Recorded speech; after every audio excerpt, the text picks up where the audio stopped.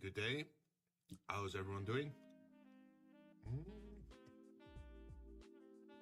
I'm still having some food here before we get started. Hope everyone's doing fine.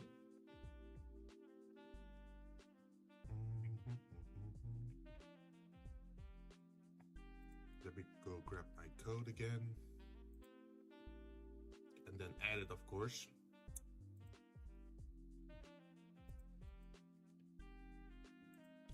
And then we grab this one for the CSS.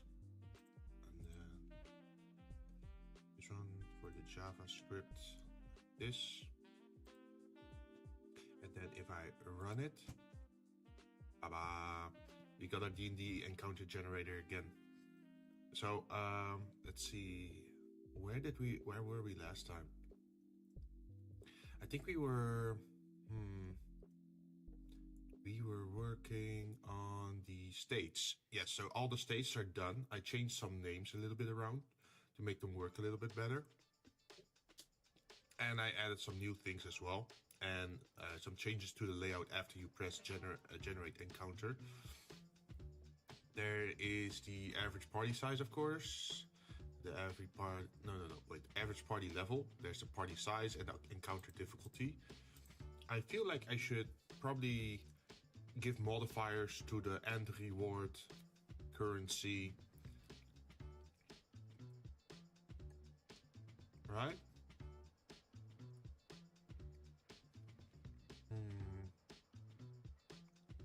Let me think of that. Okay, so what I was thinking is like the missions scale up depending on your level, right? But there's also the encounter difficulty modifier over here. I was thinking maybe if we add those together to the basic gold amount you would get, like, at level 5 you get this much gold on average per encounter, and then you add an easy, medium, hard, or deadly modifier to it to increase the gold reward. Maybe something like that could be cool. Because why would you go on a dangerous mission if the reward sucks, right? But yeah, let me press the generate encounter so you can actually see what it looks like now. So now it says intro. A fresh wind blows towards the northeast in the afternoon of a rainy day. The party locates an infested graveyard. Now, then we get the travel event, which is based on infested. And you read, crawling, skittering, and slithering everywhere. The graveyard is suffering an infestation of giant scorpions. Bam! Suddenly we have a random encounter. It's not safe to long rest or short rest out in the open in this location. Seek shelter or risk getting overrun. So this is probably gonna mean that there's gonna be too many scorpions to deal with. You just have to get out of there. Or at least find maybe the graveyard taker's shed, or maybe, you know those tombs, right? With the stone buildings with the door or something. Maybe you can hide inside there. Something like that. Or like the DM can just imagine whatever. Then next up is the location, which should be based on the graveyard text.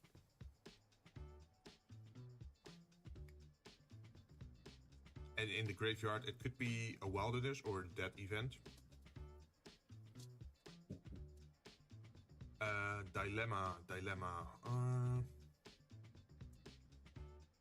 Yeah, dilemma is a problem, which I guess should also be based.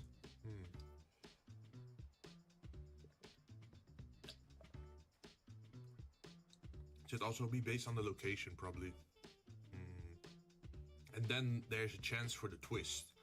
So I'm not sure how to do it yet, but I want to add the chance to have a twist to certain quest lines. So like, oh, the quest giver was actually evil, or the person you're trying to rescue is an imposter, or is in another castle, something like that. And the twist shouldn't always be there, but I want it to be like a percentage chance that it could occur, that there is a twist to the story. That means that it shouldn't always appear. So maybe we shouldn't have it down there.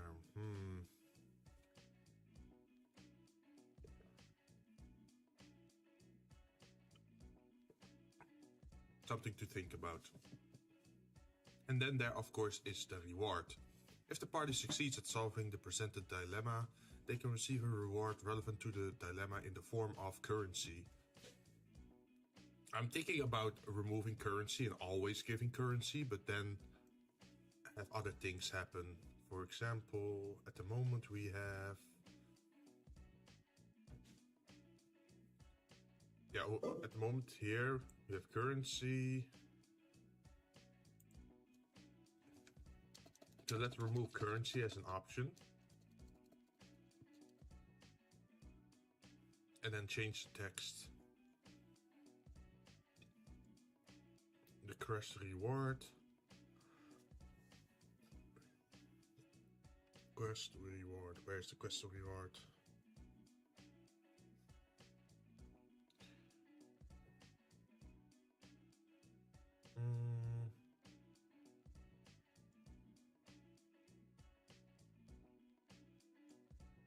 Where did I leave it? Physical reward, quest reward, quest reward.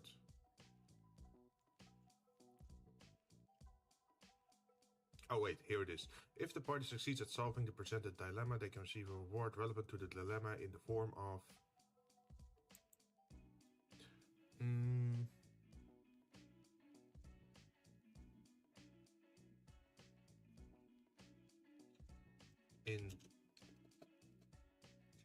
No, how do you say that? How should I add text or like gold rewards?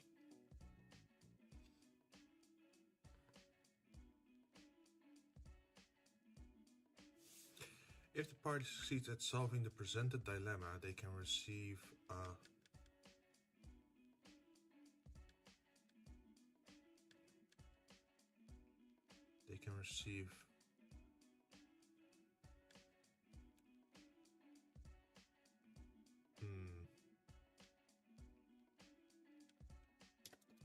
they may.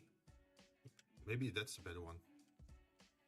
This person, they may receive X gold and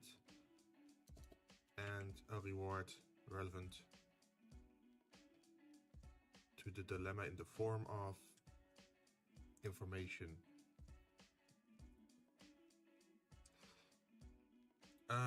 So how do we call this? Because we also had loot, right? But loot is just a tiny amount, which we have over here. Minor loot.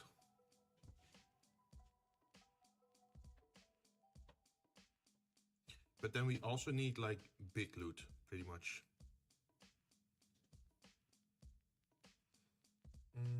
How do you generate a big loot reward?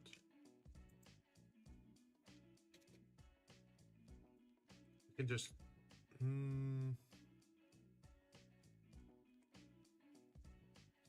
let's see, gold.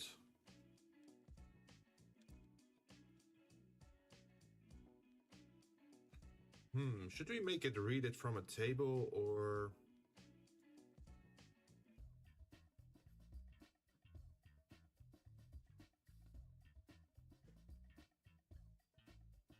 Wait, I should look up the average gold rewards per level.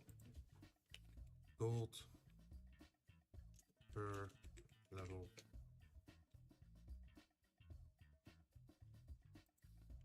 What does it say?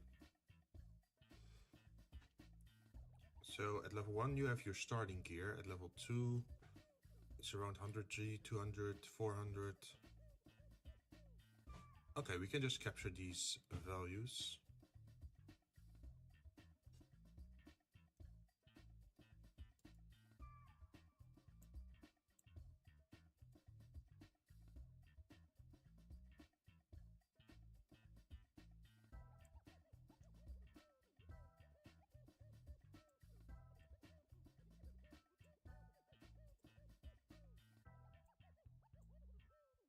Alright, then I probably need to open Google Sheets.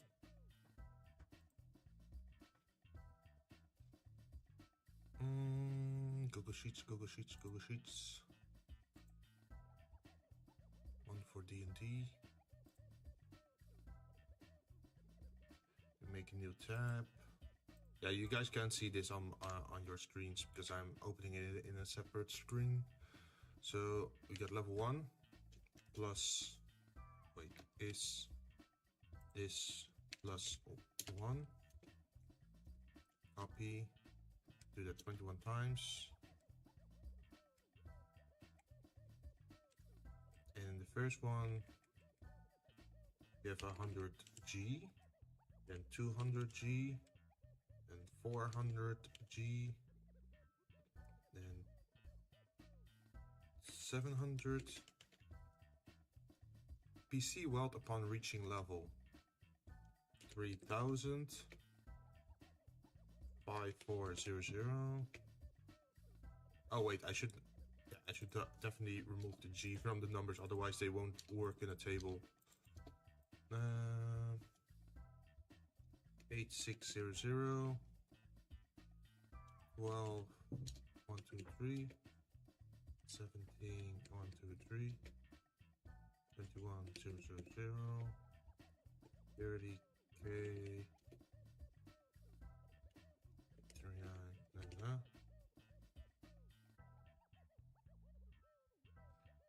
3900.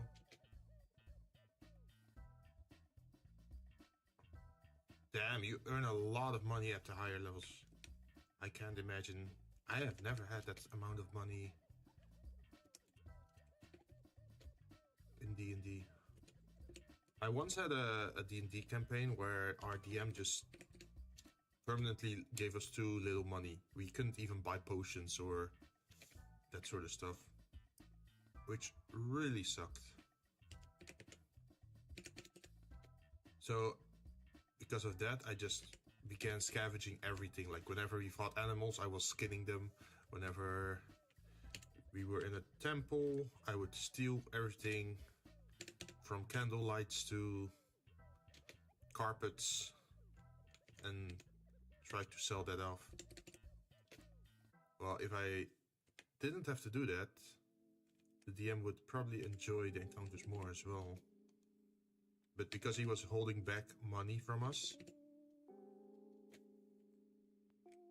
we ended up trying to loot pretty much everything.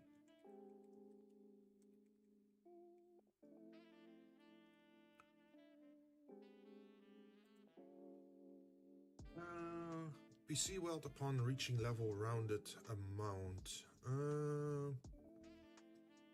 So it's not what they earn, but what their level should be at. Right? 200, 400, 300. Wait, I did something wrong somewhere. Where's the mistake? Because one is probably like around 25 gold, right? 100.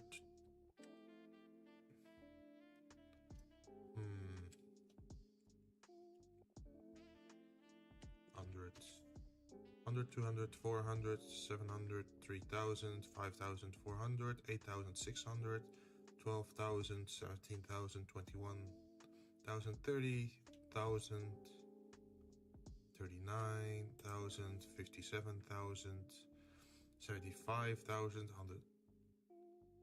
Wait. 3,000, 130, 130,000. Didn't have enough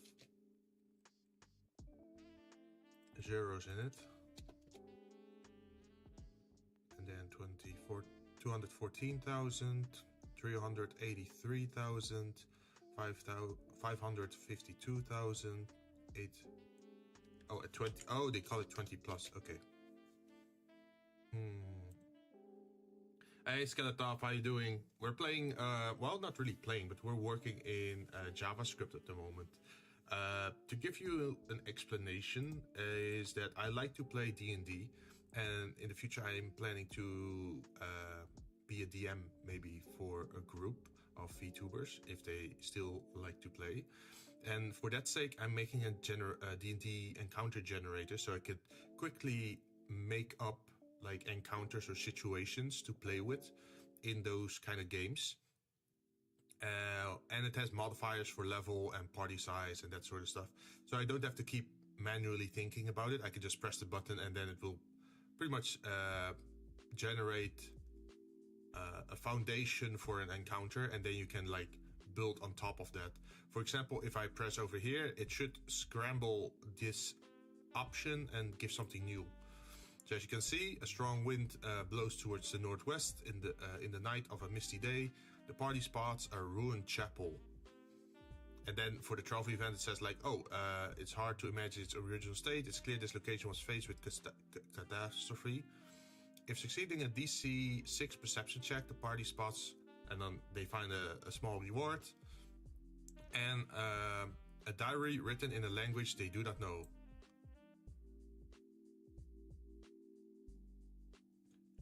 Let's see what's going on.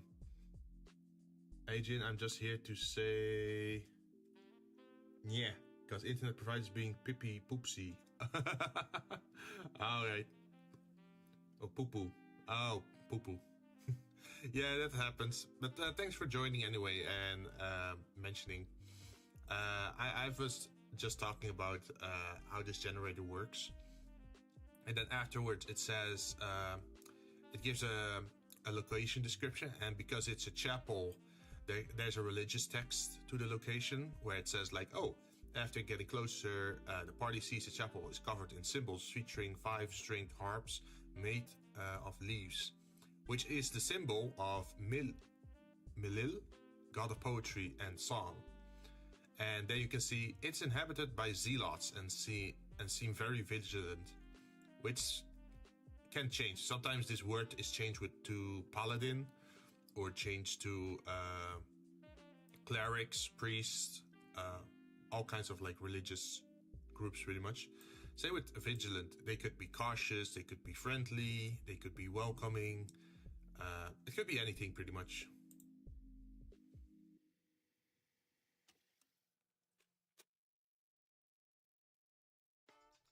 And we still have to make the text for the dilemmas, because at that location there will be a problem, and we have to imagine like what kind of problem that's gonna be.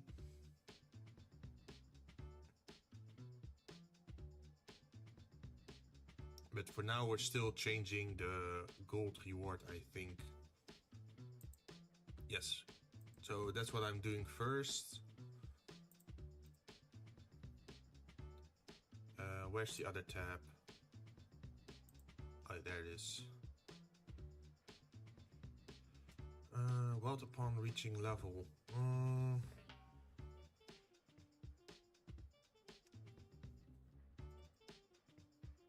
Is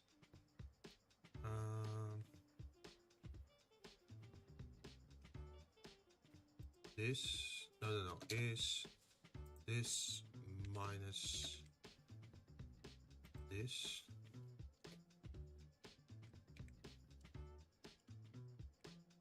And then we do that for everything.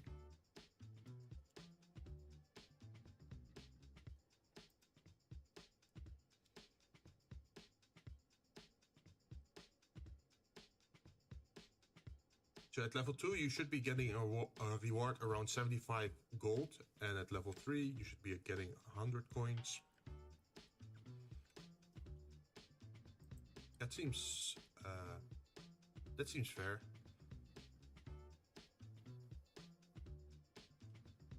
So maybe we can base it on the other, where is it? We had a table before, this one. Constant XP table.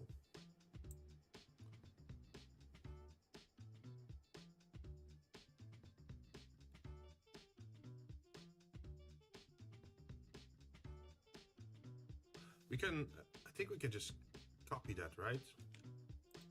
So we do constant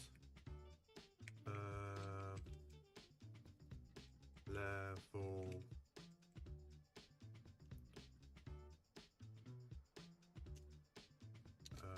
reward.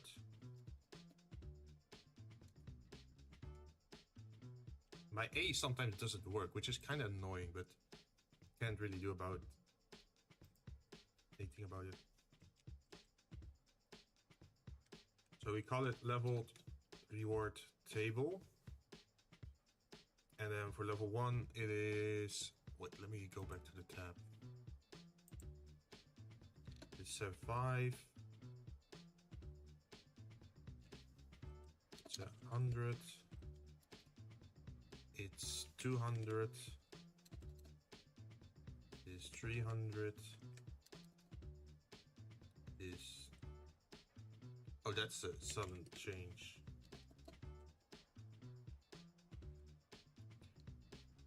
Um, 23, 24.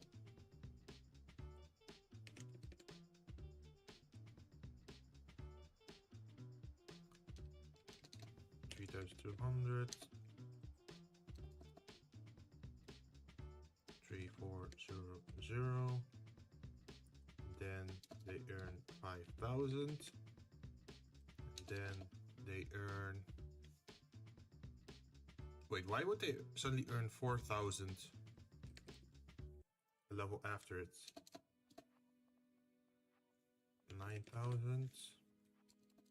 Another 9,000.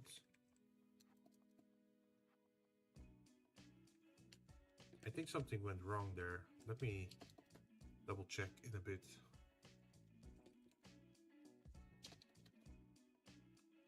$28, 27,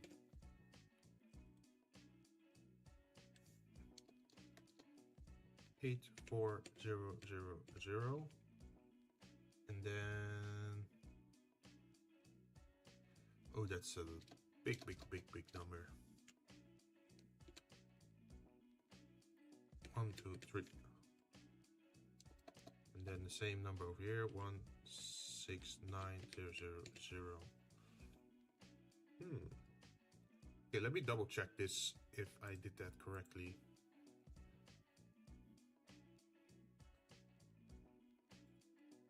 383, 214, 130, 103,000, 75, 39, 30, 70. Yeah, the numbers are correct, so it feels... Or should I use the exact numbers? Perhaps that's my issue. Let's try again. But with this time we fill in the exact numbers: 94, 8188, 376. Because maybe because of the rounding that it becomes weird. 658, 2930, 5404, 8610, 12019,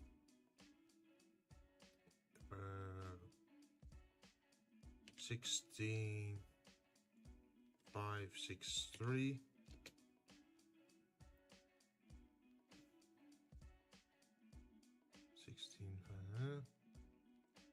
10 to 1, and 108. Oh, yeah, they're scamming you out of gold if I if I pick the other one. 39 to 14, because usually it's a little bit above the number. 57, 5, 7, 3, 2, 0.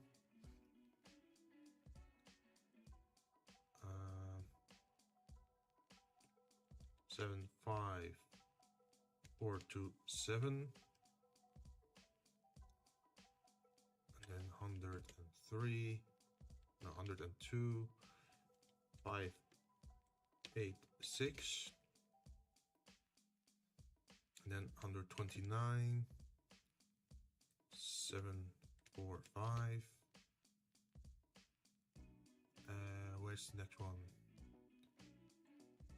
214, 204, and then 383, 123, apparently.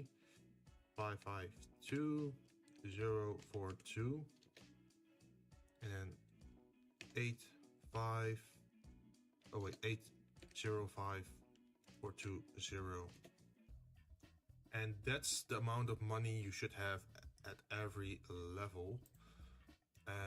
Now, of course, people will be doing different things at different levels. So sometimes some groups say like, oh, it only takes 2 missions to get a level up. So maybe I should make a thing for that. Let's see.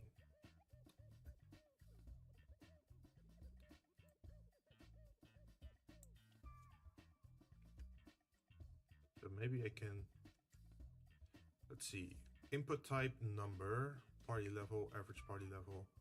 I can just grab this and then add it below, I think.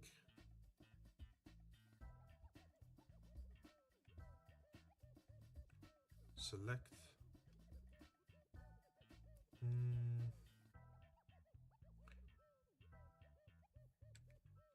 Yeah, I should probably do it above. So we gotta add this. That means there's now 2 times part level. Label for encounter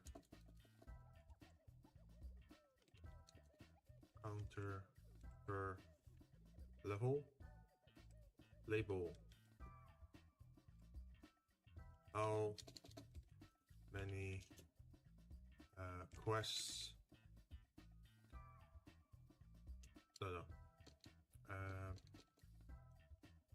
Total amount of quests before level up, and then see input, number, party level. This is changed to ID to encounter per level. And then what's a normal amount of encounters between leveling up?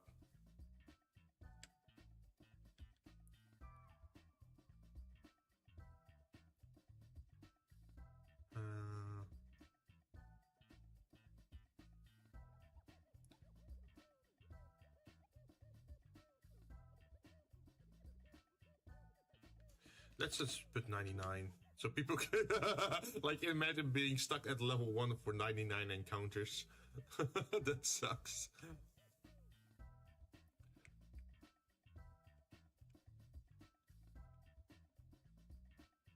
Total amount of quests.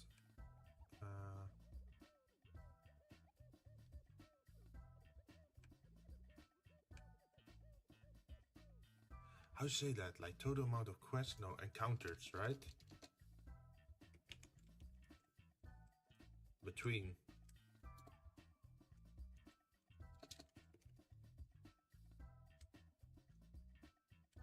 No, let's call it average. Average encounters.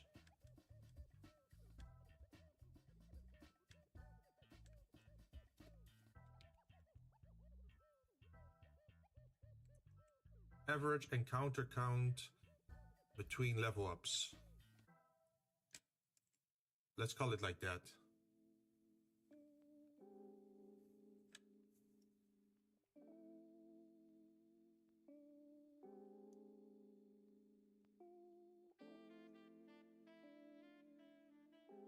And then here, the constant party level. No, where was it? We base it on party size, right? No, party level. So we just grab this.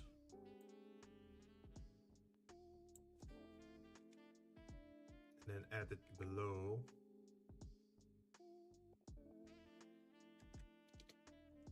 Like this.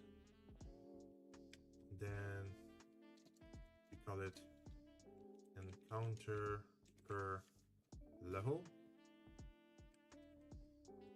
And then we do it the same here, encounter per level value.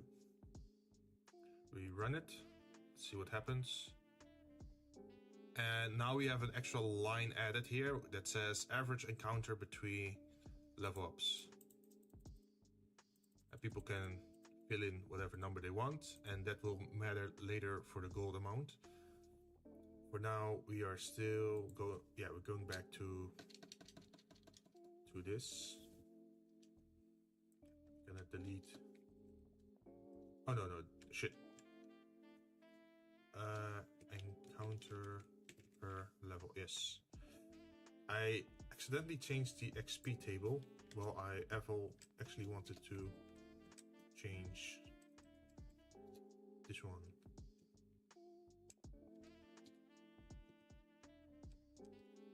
It's just gonna draw one value.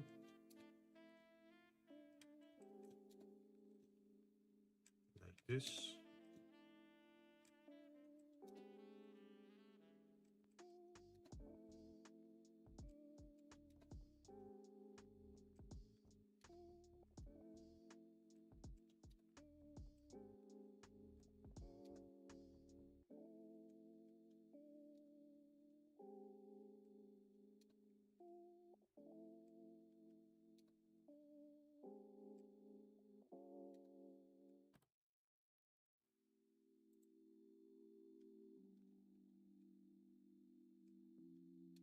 There we go. Now you just have to enter the new values. Let me grab them from here. So the new values are going to be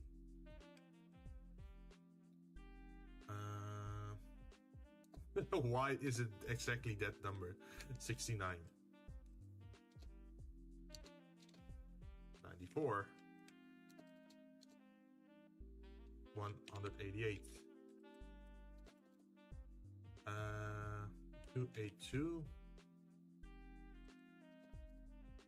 2272. 2474.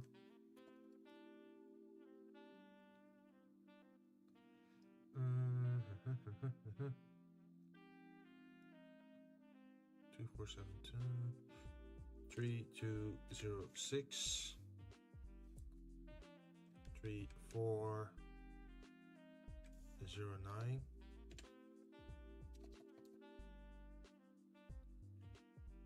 45. 44.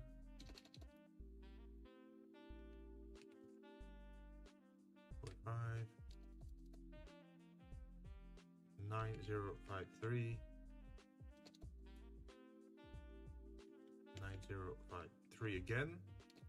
Not sure why, but 1806 and 1807. And then 27259. See the one? Oh, it's the same. 2059 again. Afterwards, 3, 4, 4, 5, 9, 16, 8, 9, 1, 9. It's the same value again. 9. And then for the last one, for level 20, 25, 3378. Okay, that's the reward. Now, how do we make it search that table? Let's see, encounter per level, encounter difficulty. Okay, there it is. XP pool text. Based on the selected party size, the average party level, and selected difficulty, you have XP pool to build an encounter.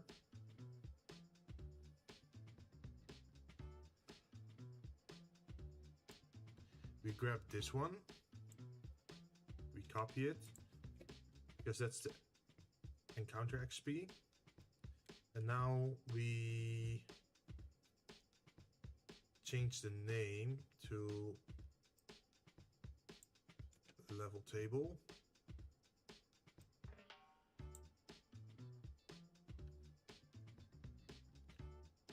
Party level -1.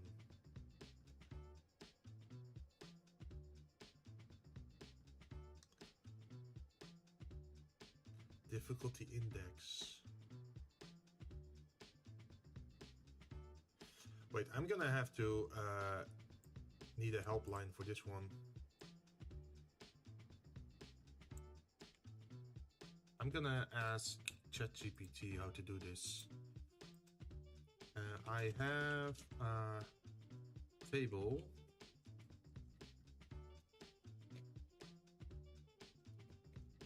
and I want it to select an option based on, where is it? Counter difficulty. I want to. Okay, let's see what ChatGPT can assist me with.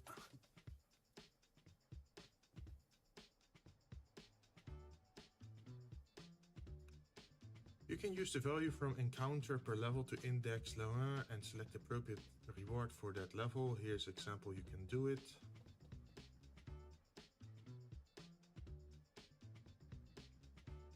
Oh wait, no. I don't want that. I made a mistake. I want to base the money on the party level first. then divide it later on.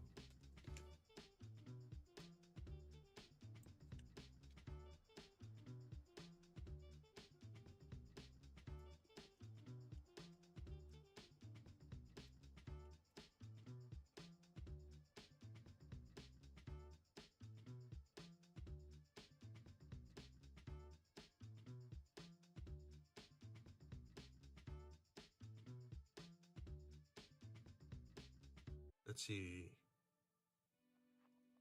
Ensure the party level is within the valid range of between 1 and 20.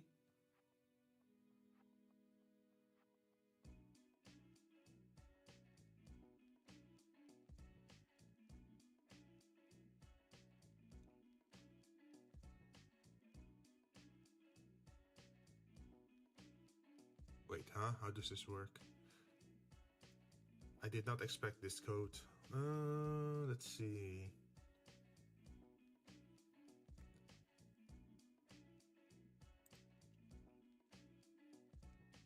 Let's change this at least. Encounter XP.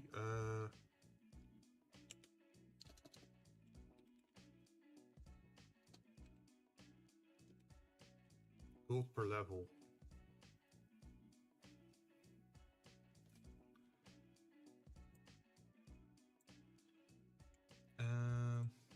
I have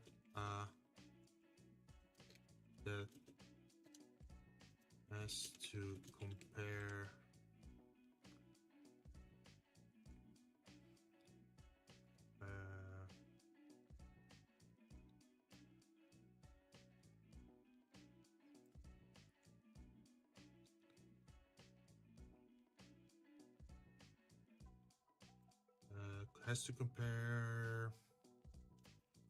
to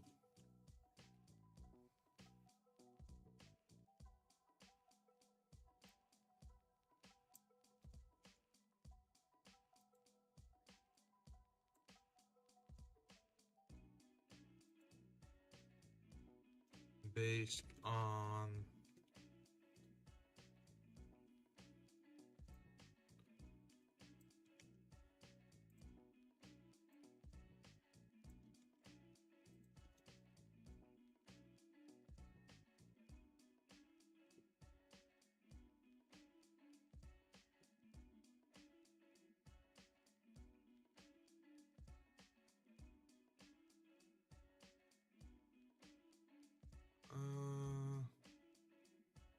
if you want to compare gold per level with the value from level word table based on party level, you can do it like this.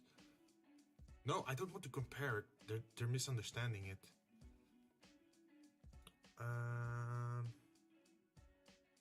So gold per level is leveled quest -1 party level. Can I just remove this? Run. So far, no mistakes.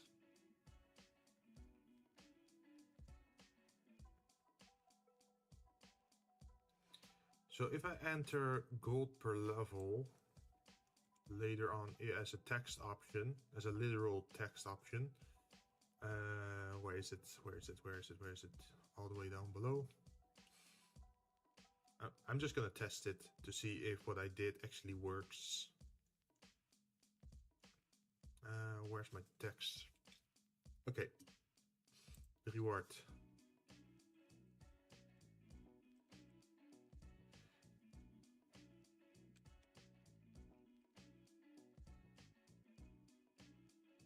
Run. Generate. They may receive 69 gold and a reward relevant to the dilemma in the form of temporary boons. Now, if I increase this to level 4 and generate, it should be giving, yeah, it gives a higher gold amount. So that's good, that's working. That part's complete. Now we have to add another one. Let's see, that compares.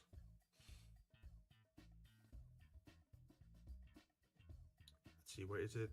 Gold per level, gold per level.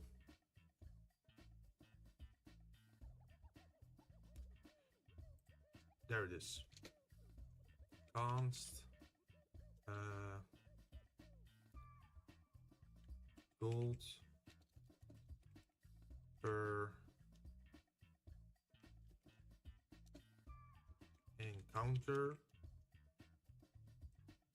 is, and then is gold level minus, no, divided by the amount of encounters, right?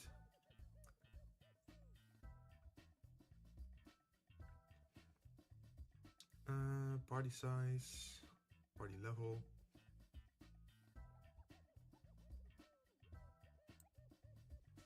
This one. No. Where is it? Where is it? Gold. Divided by this. So now it says the gold per encounter should be the gold you get per level divided by the amount of encounters you have at that level. So imagine you have one encounter at level 1. You get 69 gold for that encounter. If you have 2 encounters at that level, then the 69 would be split in half over the 2 encounters to keep it within reason, right?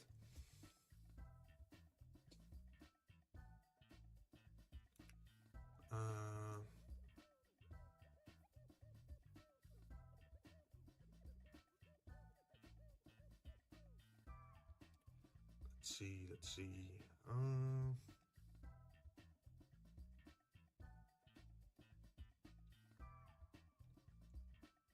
So now we have a gold per encounter,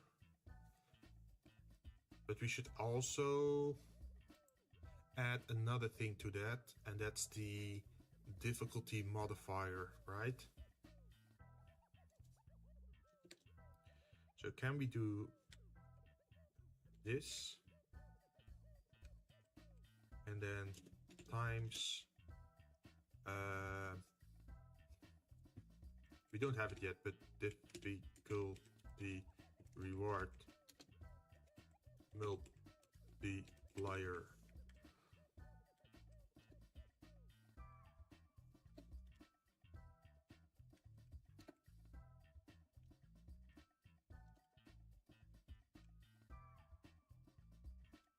Let's make a small g. So now we have to make something called difficulty reward multiplier. So how did we do that? We look at what we made for the difficulty multiplier before.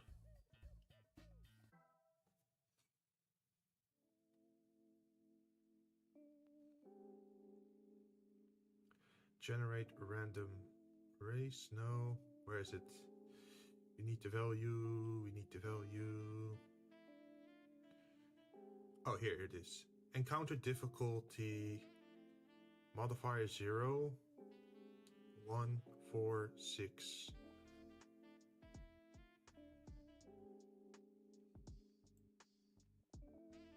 So you can just grab this, I think. No, we have to grab this bit. We copy that, move it up into our other code where we have this.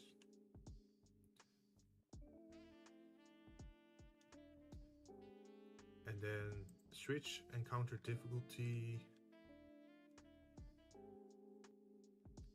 We change that name to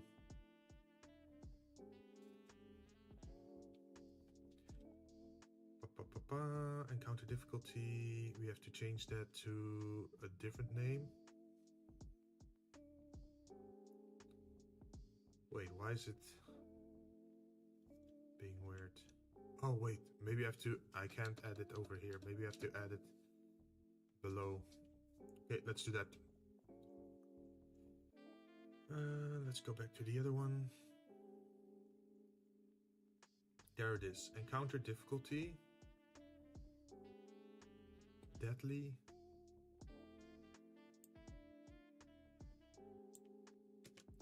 We grab this. Then under it.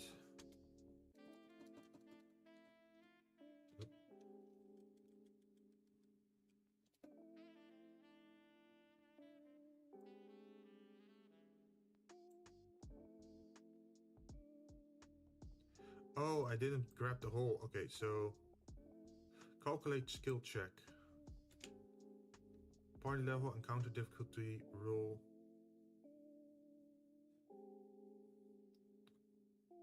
Ah, okay. So we add that over here. We rename this to this function. We call this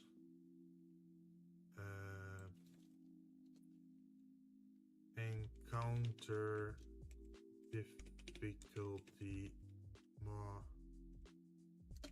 modifier. Switch encounter difficulty. If it's easy. Oh wait, what does this? This is use 0.5 or 0, comma 5. I think it's dot.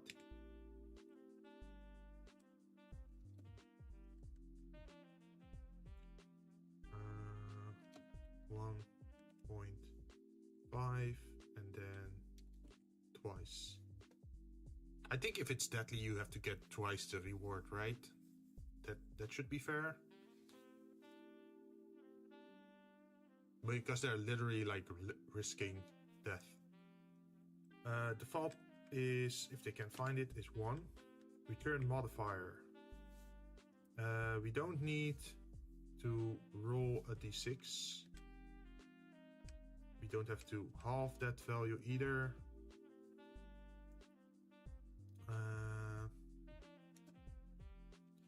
Mat cell party level. Party level doesn't matter here as either.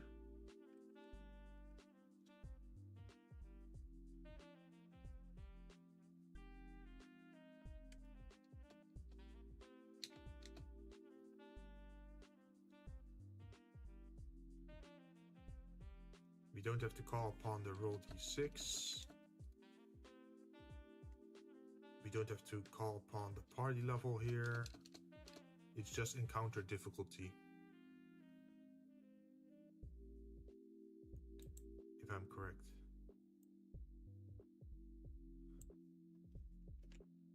If you go back up,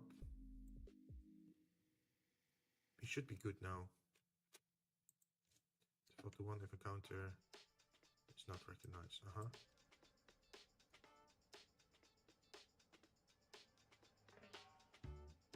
So now if we add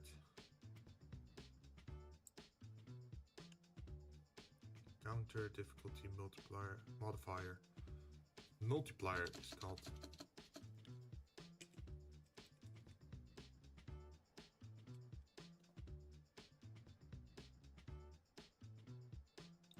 Then we go down.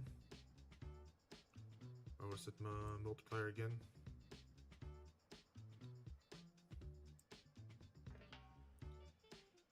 Function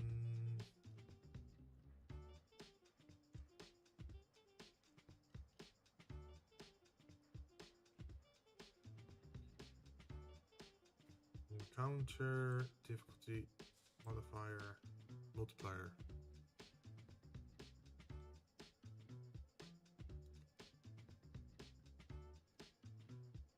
So should I just grab this then? Is this the name?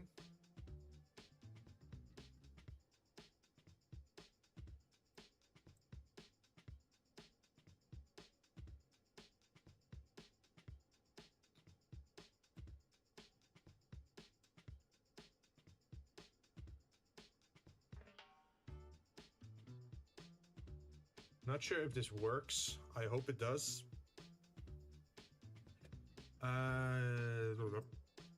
So now you grab gold per encounter and we go back to our text again. We insert that into over here, and then we run the code. At level 1, if you have a single encounter, we generate it. We get 34.5 gold. Oh, we should probably round it up then. We still have to add a matte ceiling thing to that. But now, imagine we turn it to medium, generate encounter, then suddenly it is 69. So it changed. Now if you increase our party level by 1 and it generates, suddenly we get 94 gold. And if you put it to hard, suddenly it's 141 gold. So it changes the reward based on the difficulty of the encounter, and it also changes it on the average party level. Now let's see what changes if we say like, oh, the average encounter count between level ups is 5, generate encounter. Then suddenly it becomes less again. But we need a matte ceiling in the equation.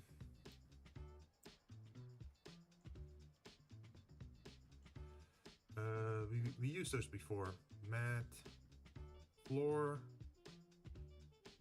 No. Matte floor, matte floor. I know I have used it before somewhere where it's called matte ceiling. Matte max, matte floor, matte floor, matte floor.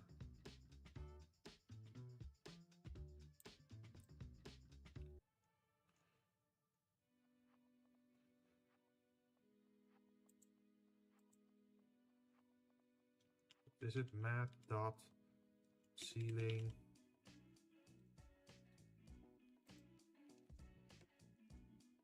I think it's that one. Matte dot ceiling. Run it. So now if we generate, wait, what's going on? Matte is not defined. Okay, we need to get a proper matte.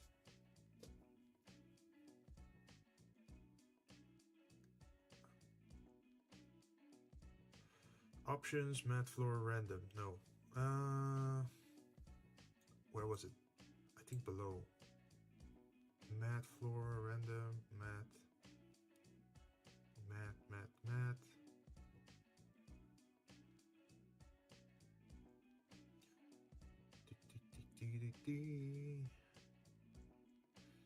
I know we had matte ceilings before somewhere. Floor, floor, floor.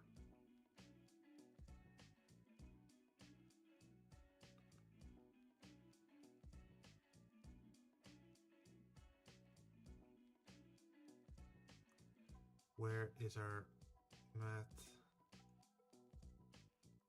Because I wanted to look to average up, right?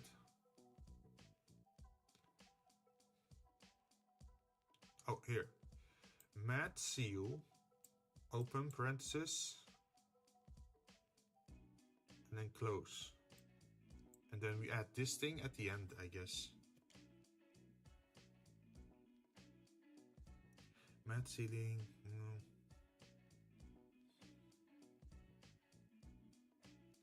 I think that's the thing that's going wrong here.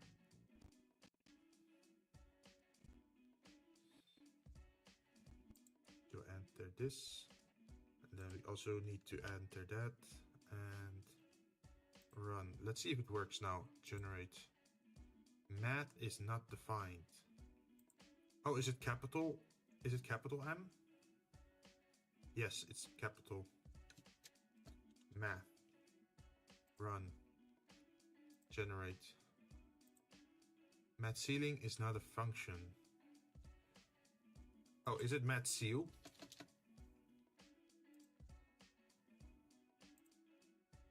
Yes, it was matte seal, not ceiling.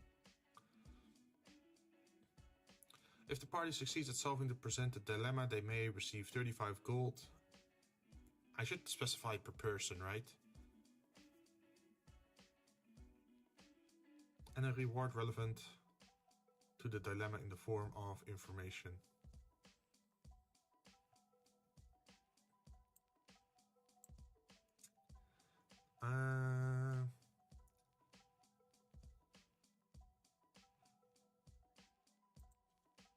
Per person. Per individual.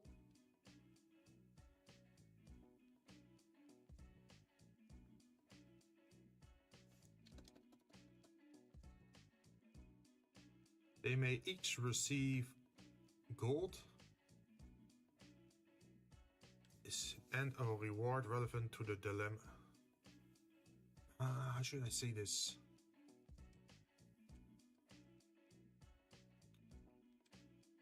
If the party succeeds at solving the presented dilemma,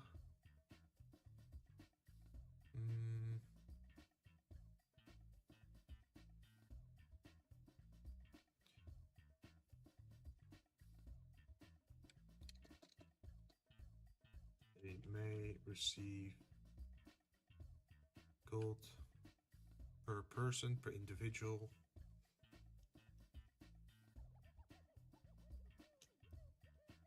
They may receive gold each.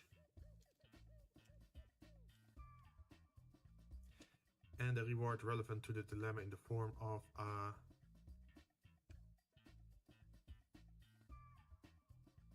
if proceeds, they may receive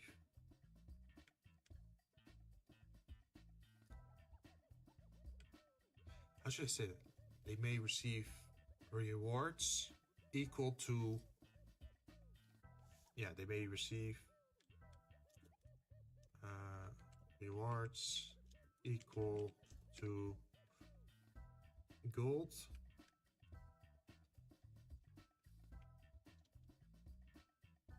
they may each receive rewards equal to gold. The party might also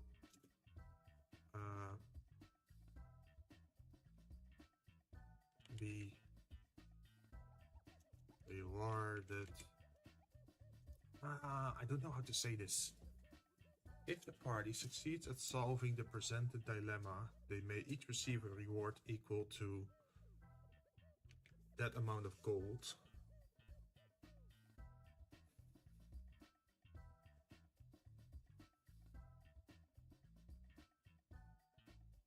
If the party succeeds at solving the presented dilemma. Maybe I should put it after. If the party succeeds at solving the presented dilemma, and then I remove this,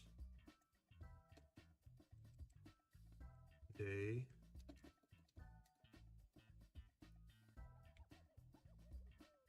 might also be, not also, because this is now the first mention of a reward.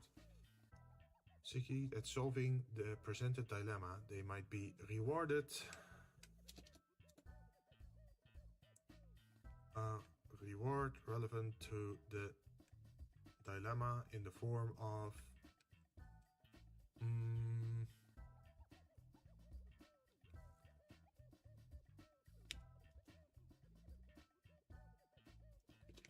each party member should get a reward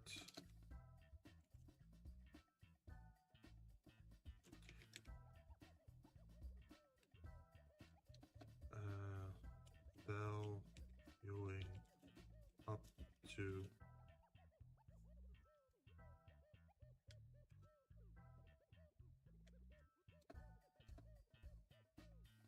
Is that the correct way to say it?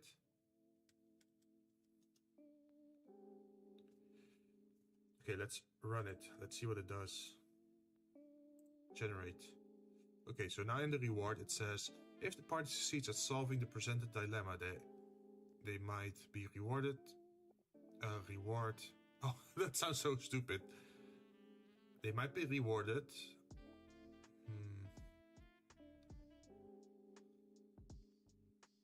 They might be presented. They might receive a reward. I think that's better. They might receive a reward relevant. Okay, let's run it. If the party succeeds at solving the presented dilemma, they might receive a reward relevant to the... Wait.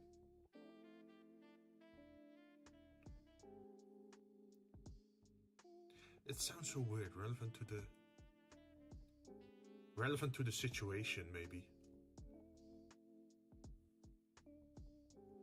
They might receive a reward relevant to their situation in the form of a magical item decided by the DM. Each party member should get a reward valuing up to 35 gold.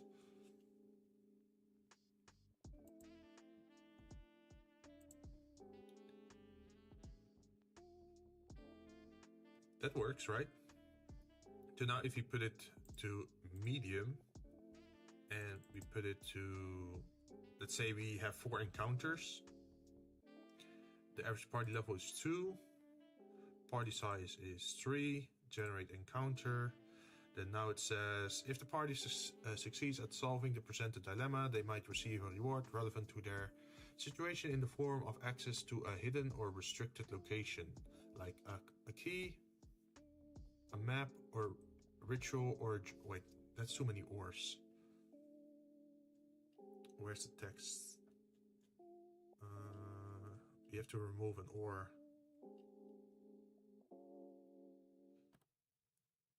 A key, a map, a ritual, or a journal. That sounds better. Let's try it again. Insert random values here. We say it's hard, generate encounter. What do we get? If the party succeeds at solving the presented dilemma, they might receive a reward relevant to their situation in the form of access to forbidden knowledge.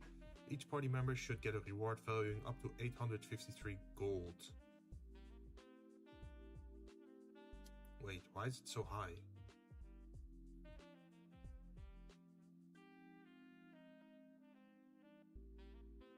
If I do 4, what does it do?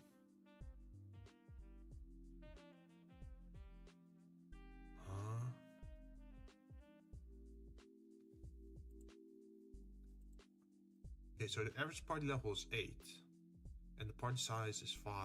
Party size doesn't matter for the gold reward. Average encounters between level ups.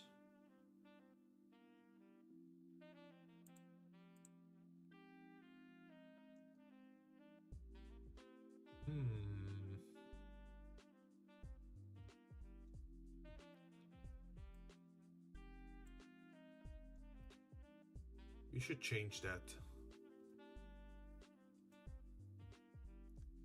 Math, and then times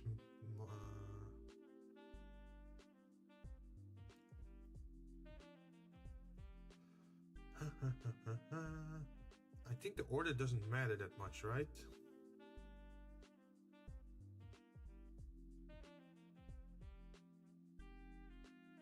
Maybe the difficulty multipliers is just too high. Maybe you should lower that value a little bit.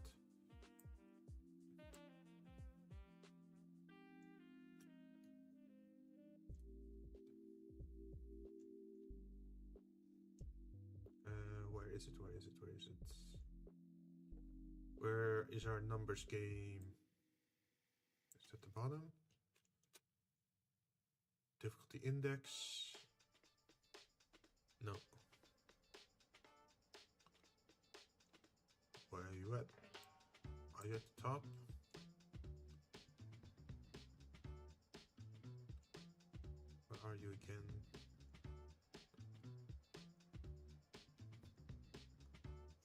Maybe I should just close some of these.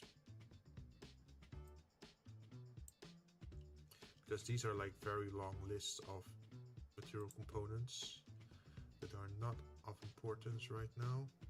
Oh, here it is. The function.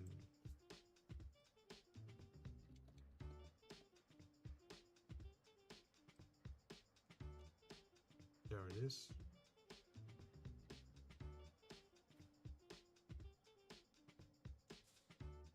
Oh, maybe I should do it like this. Let's see. 0.7. Getting half the reward.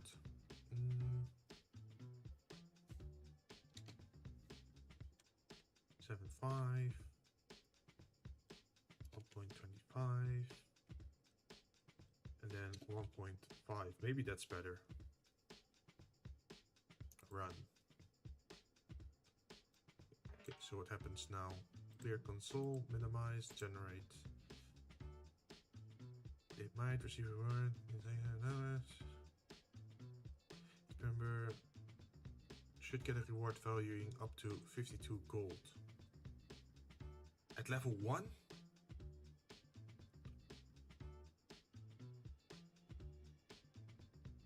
Oh, yeah. Because it's just one encounter. Like, imagine you have like 3 encounters. Party size doesn't really matter. Well, party size matters for the XP. Then we have, for example, level 8s. And it takes maybe 8 encounters before they level up. No, that's a little bit much, right? Let's say 4 encounters. And encounters are hard. Generate encounter. They might for a magical item. Decided by the DM. Each party member should get a reward value up to.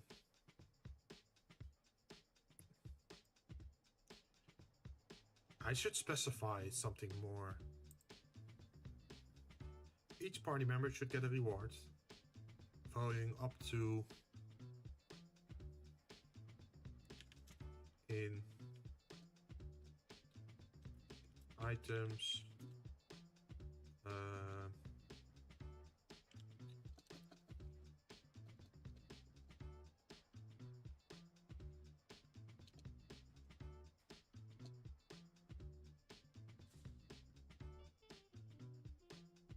dot. This could be in the form of gems, currency, items, materials, artwork, or this could be in the form of gems, currency, items, material, artwork, or magical items, I guess.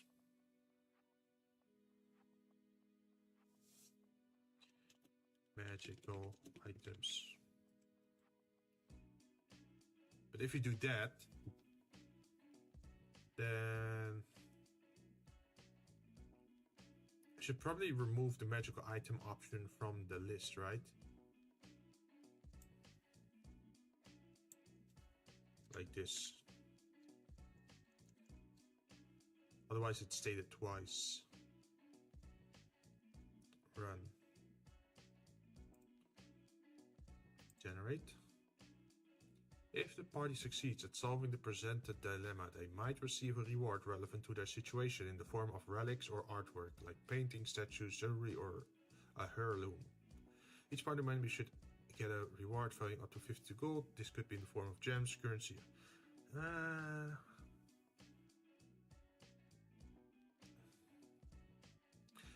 think I should remove that then.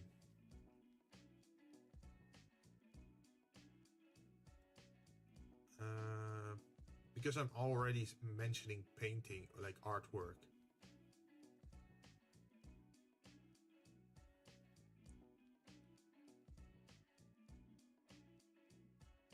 In the form of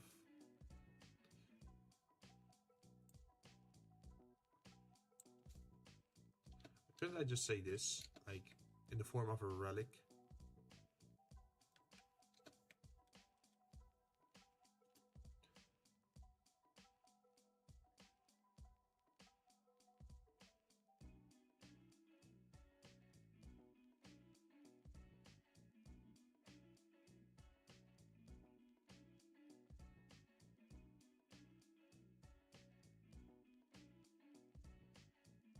Let's remove this one as well.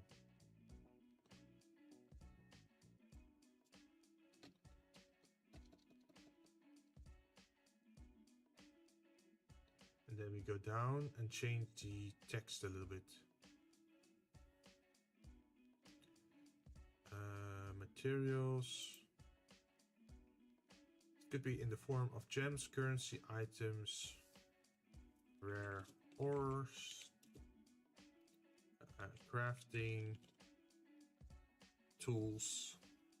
No, crafting. Yeah, let's just call it crafting materials in the other one.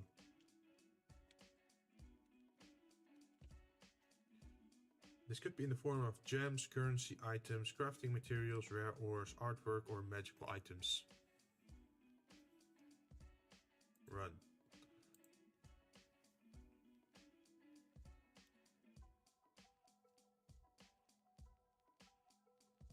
Also, maybe we should add a BR in there.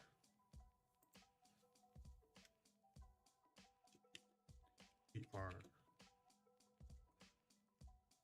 Because it's a pretty big text, right?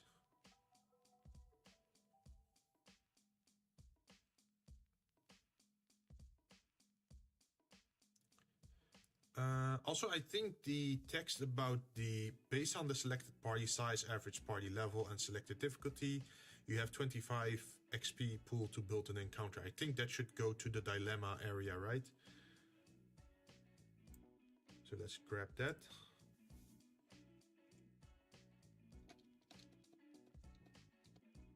No, wait. I think I missed something. Or no.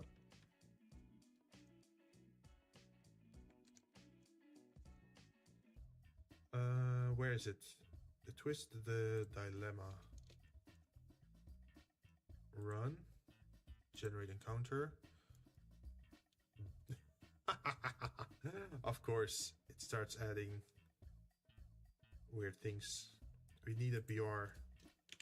BR. Copy.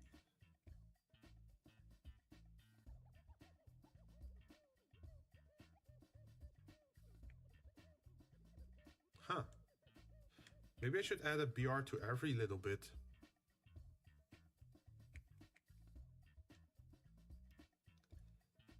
Like BR here.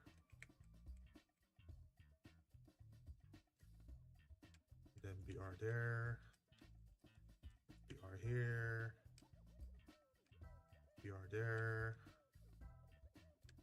And then BR here. BR there. Add it here again, and then there again,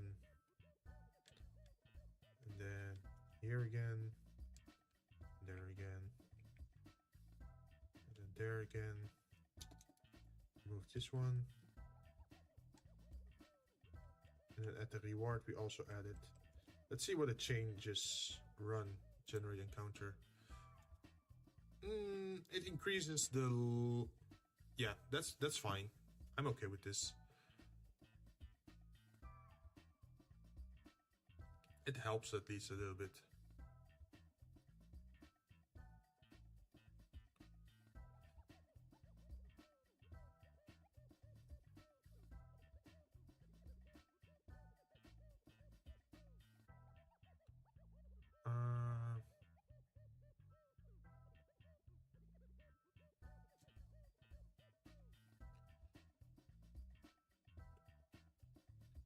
Should I call the intro like the situation?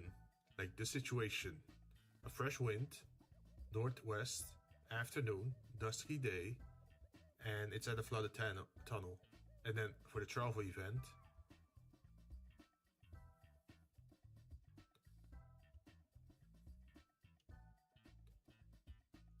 the scenario. Maybe that's a better word. Maybe I should call it the scenario instead of intro, because it's not really intro.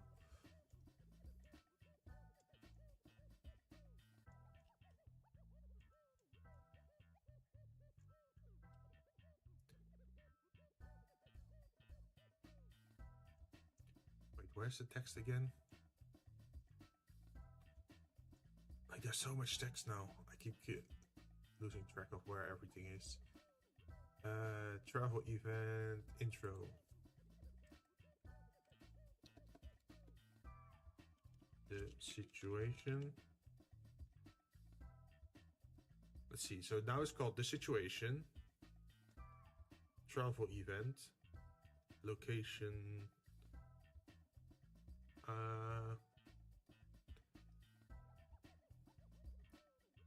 Location activity? No, location.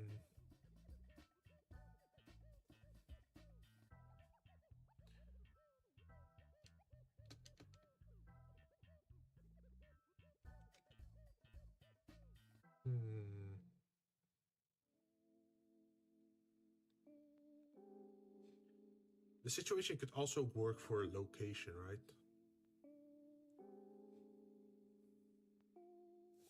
Let's look up another word. Another word for scenario. Another word for scenario. Another word for scenario. To describe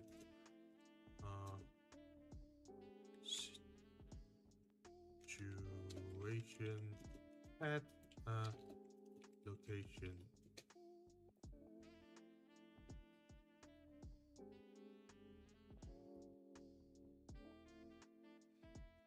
Circumstances, occurrence, setting. Oh, we call it. You could call it the setting.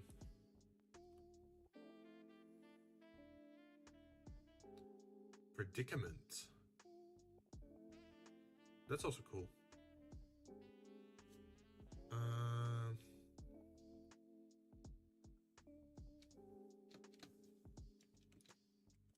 The setting. The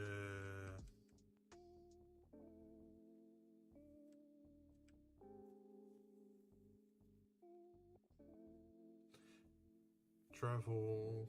No, it's not really travel.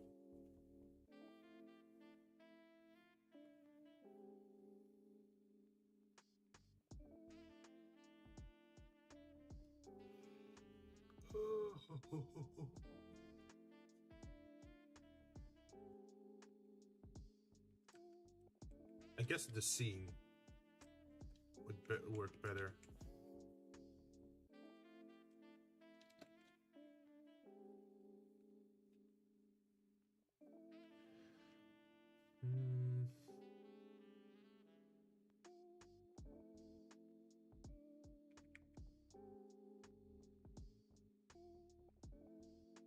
Let's run it. So now it's called the setting, travel event, the scene, the dilemma, the twist, the reward. That works pretty well, I think.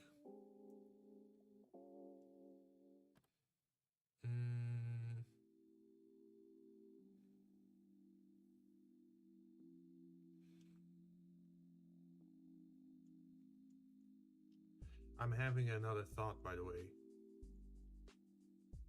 In that, at the moment we have, after getting closer, the party sees the random location is covered in symbols, featuring.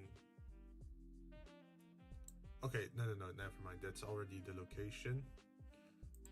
So what's the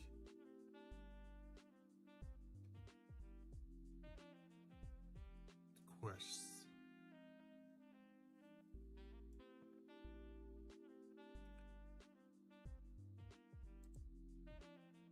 Generate. Okay, we're getting more and more text. A moderate wind blows towards the south in the night of a chilly day. The party finds a haunted church. Ooh, should I change that into when? As a moderate wind blows through the sun on a chilly day.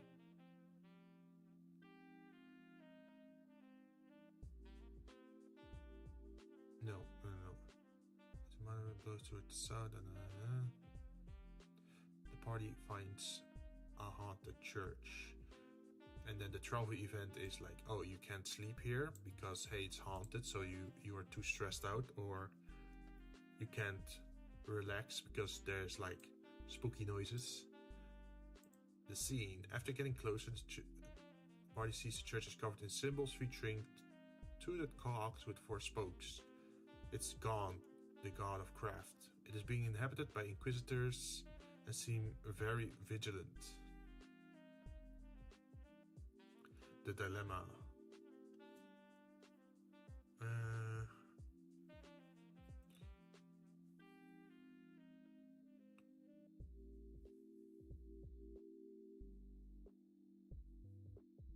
I should add another BR, I think, to below the twist.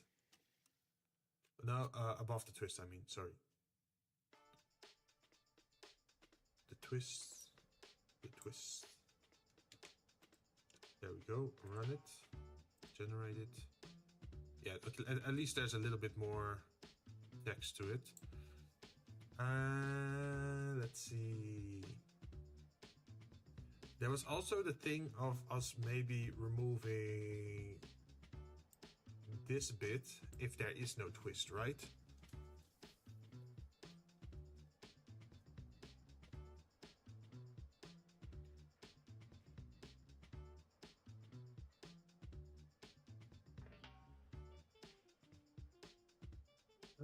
The twist.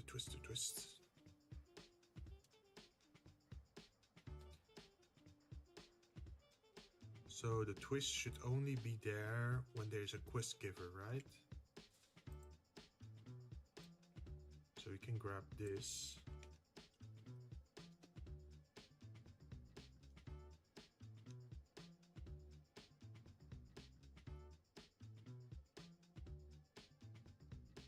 And then we can go up to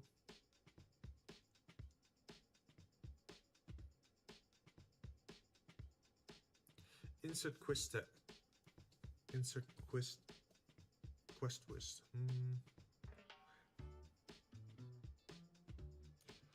Like, should there be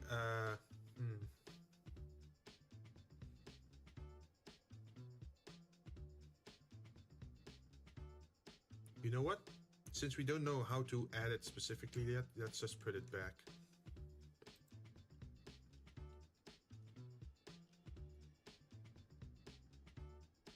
Okay, so now we only have an interesting text for the scene on the temple.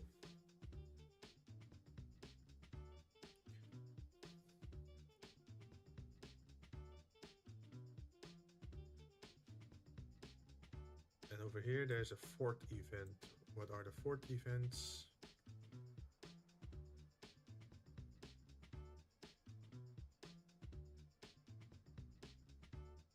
What's a 4th event?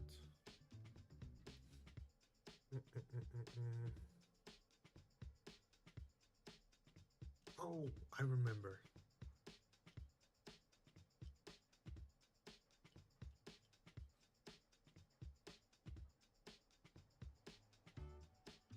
The 4th event is if they're under attack or not, right? Yeah, here. Has been overtaken by enemy type. The survivor kept prisoner that could be saved. The location under attack by enemy type. They're fighting for their lives. Let's up that number a little bit.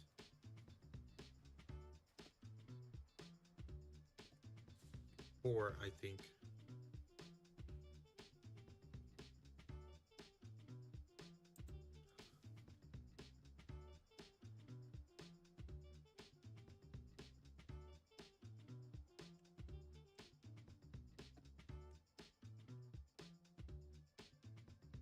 So 6 to 11 survivors.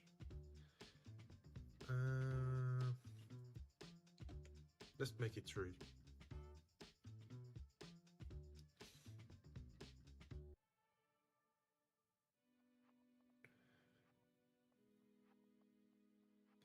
The location is on lockdown with heavy security at the entrance as you arrive. Speaking with the guard reveals that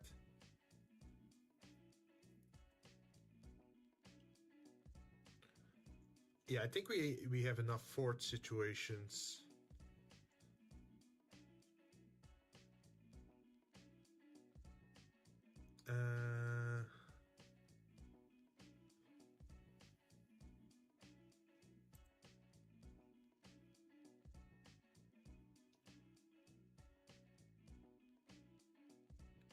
The entrance of a dark random location looms before the party.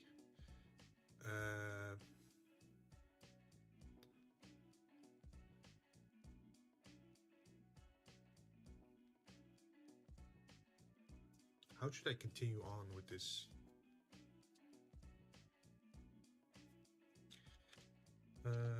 There are signs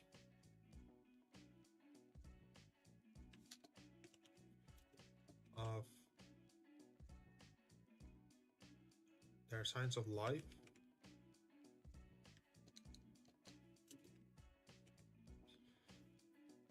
Entrance of a dark room before the party. There are signs of life.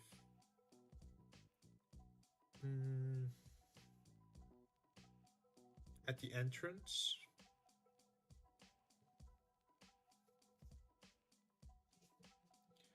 No.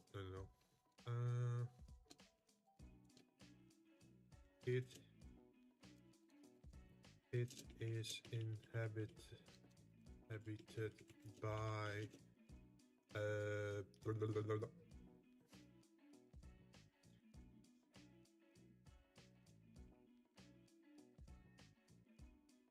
creature type.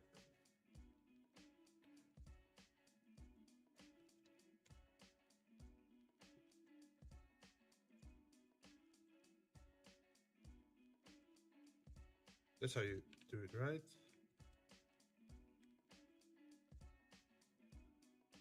At least I thought that's how you did it.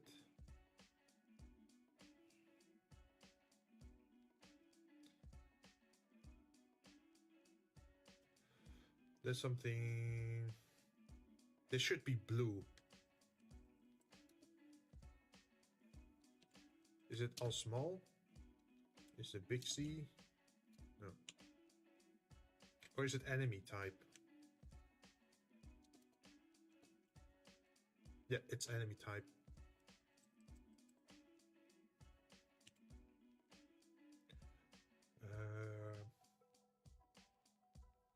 Run.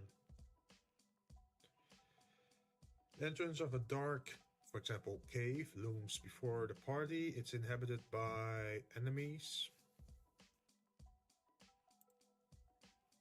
Inside the party can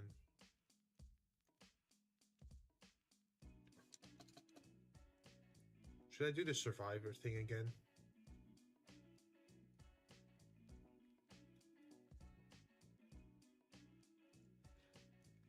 Where's the survivor thing again? How does this...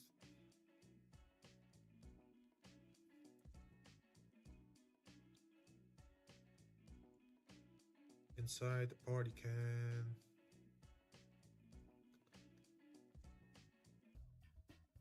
Inside the party can do what?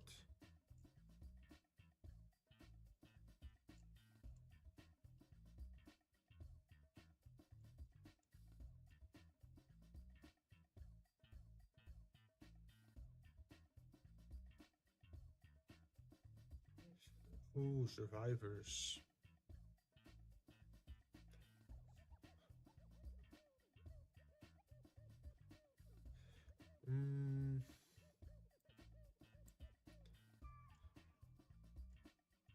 Inside they can find out.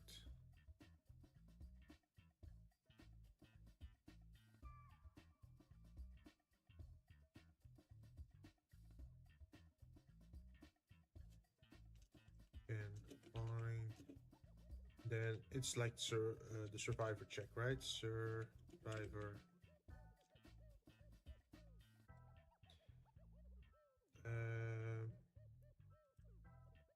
We should base it on the fourth one. Where's the fourth? Military, fourth event. Is it with a capital S?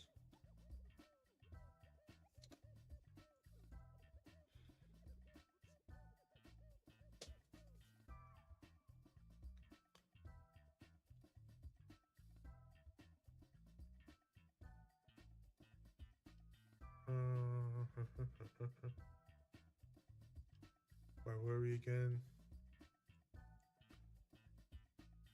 Are no survivors, is one survivor.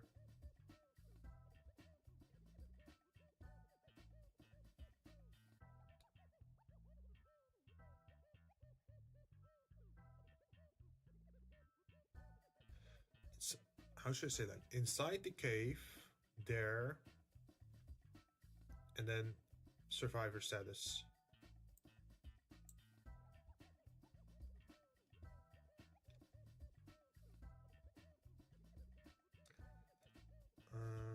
Survivor status, survivor status.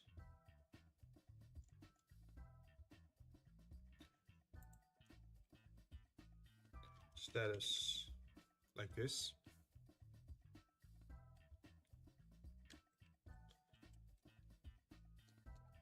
Inside the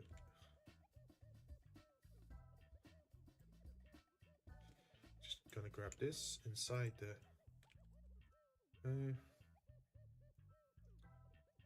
then we run it, generate, see what it does. A shrine. Nothing special. A blood-soaked home. Fresh blood is splattered all around the home.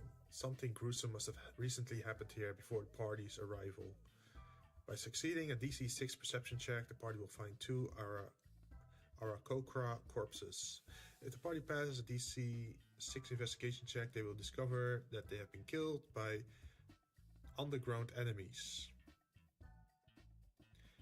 And the corpses carry a total of 4 gold coins, 41 silver coins, and 20 copper coins on them.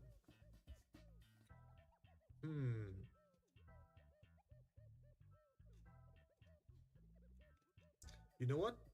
That's a... Should we call it underground enemies?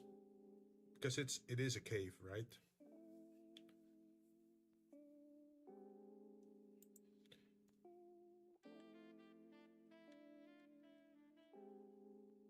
Underground enemy type.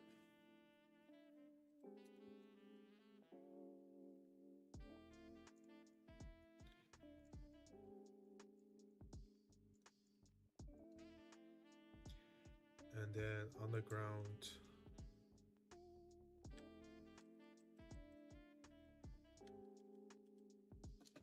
enemy type.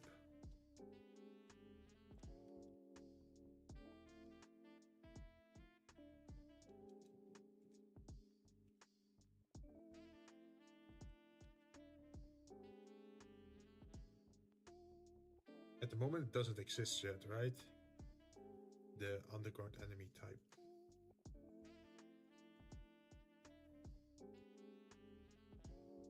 Okay, there's a... You know what? I can just grab this over here. Like this. Copy it. Bring it to the enemy types list. Where is it? Where is it? Over here. Like this. And then we can also do one like this. We call it underwater.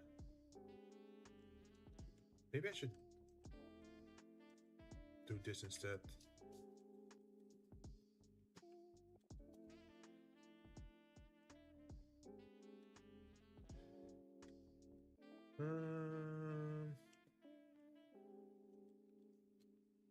Yeah, I think that's a good idea. humanoid enemy type. We're pretty much making the enemies now.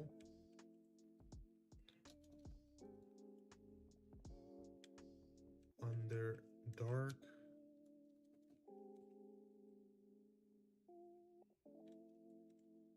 Enemy type.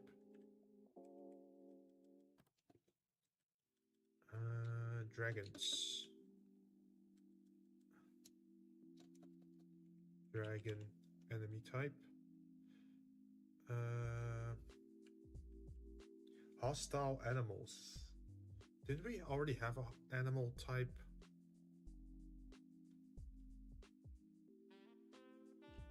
Animals.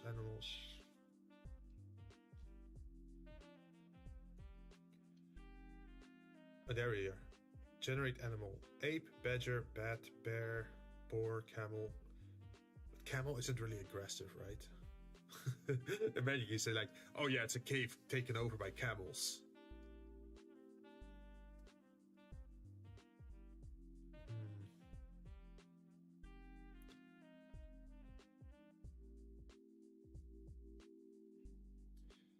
I guess we should make it called like predator animals.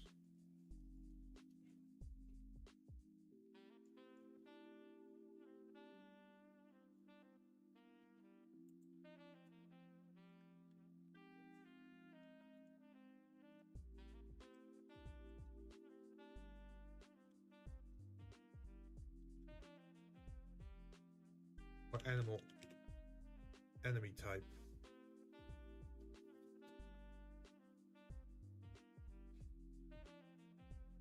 Although I don't think animals are usually that much of a problem.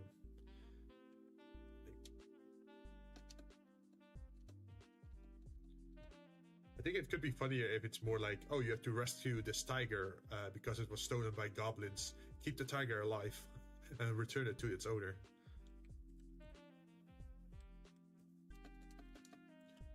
Ooze types. Ooze. Enemy type.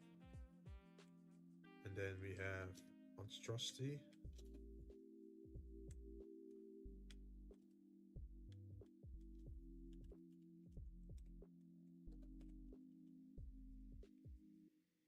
And then we have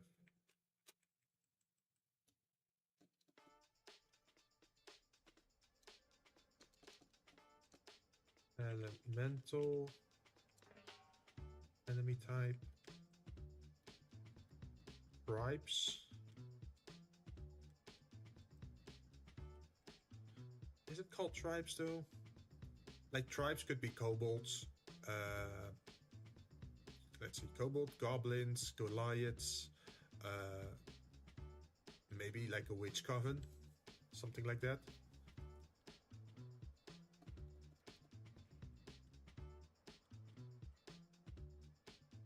Fiends.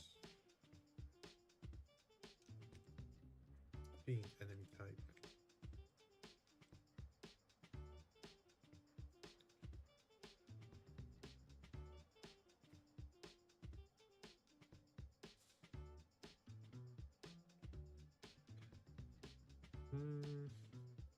It would be cool if the generator could read your level.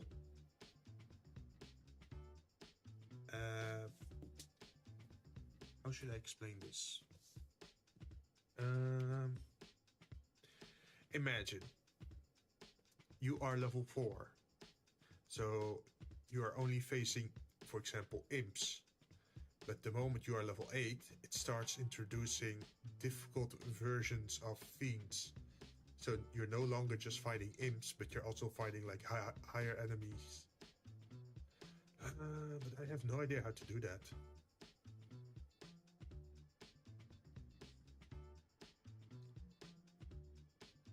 I guess it's sort of similar to like the XP table.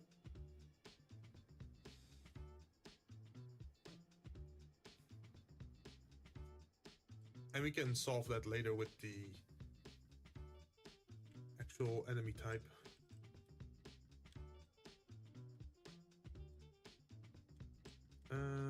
for now, let's call this wait, don't we already have monstrosity? Yes, we already had monstrosities. Okay. No use in adding that twice.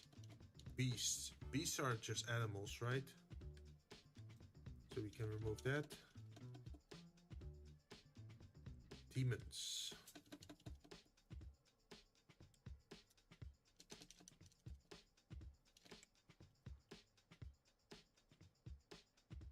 And then there is devil, enemy type.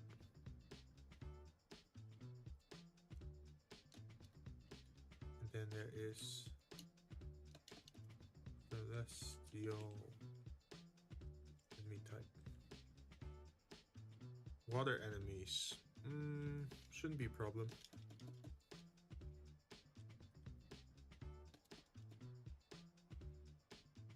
Because these are just water enemies. They're still different from underwater.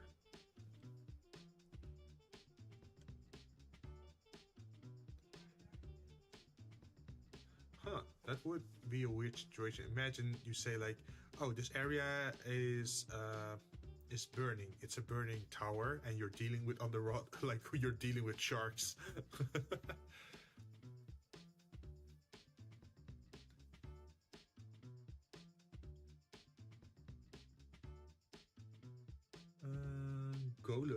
Golems.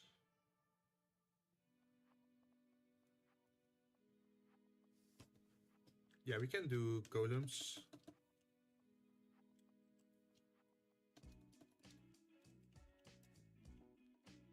And then we say under the control of something.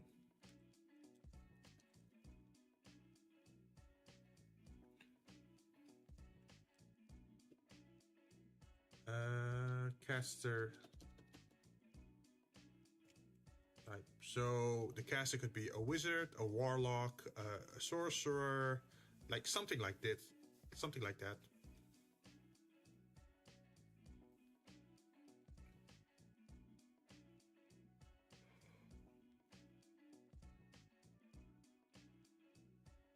Like a flesh golem or a stone golem. Also, I do feel like I want to find some music for myself.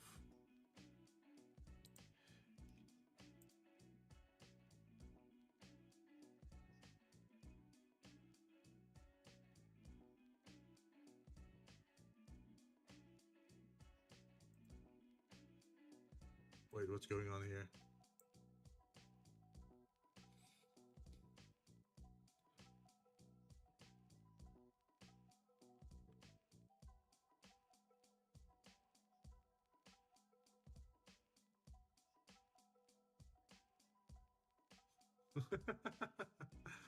Okay, sorry, I watched a little video there.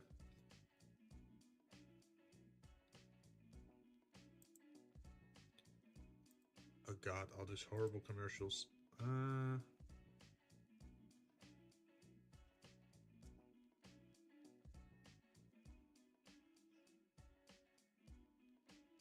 need to find music. I found some music yesterday that I actually really liked. It was like an 8-bit version of let's see, liked videos.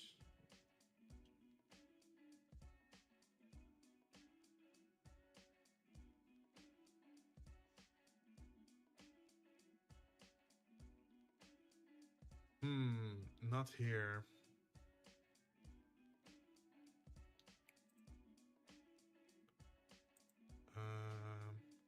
What was it called?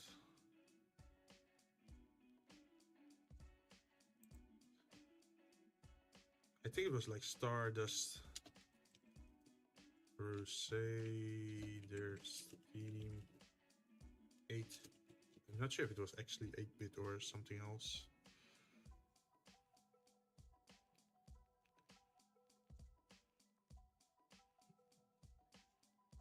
I do remember the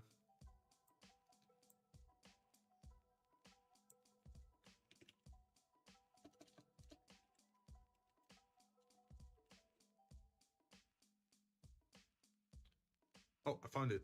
JoJo's Bizarre Adventure, but it's an Undertale remix.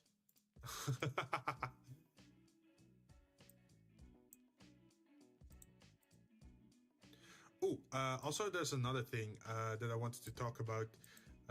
So on the Discord at the moment, there's not really much to do, right? Except for post memes or like minimal interaction in the general chat. Yeah, we haven't really made much use of it. So I was curious, maybe if I should add a game to the Discord so people can actually do something there in between like streams or whatever. For example, I've seen there is an idle RPG, MMORPG thing that you can play on your Discord. That seems sort of interesting. I don't want to do the waifu bot because John already has a waifu bot, right? But I figured RPG could be cool since we're working on RPG stuff anyway on our channel.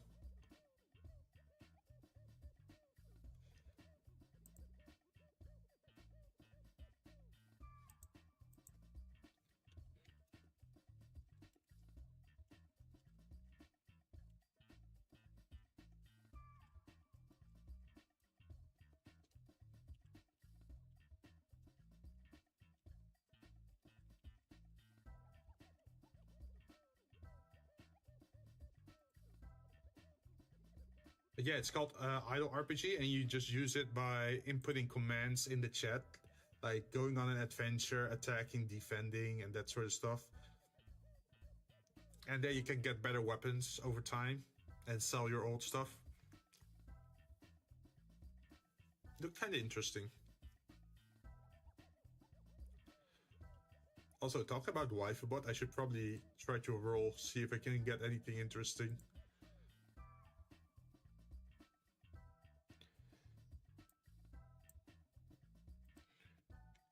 Decay, daily. Oh, it's under maintenance.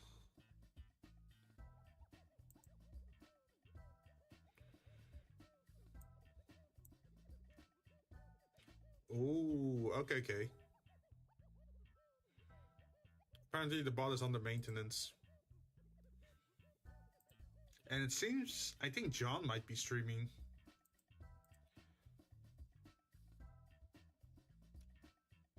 Yep, he's streaming.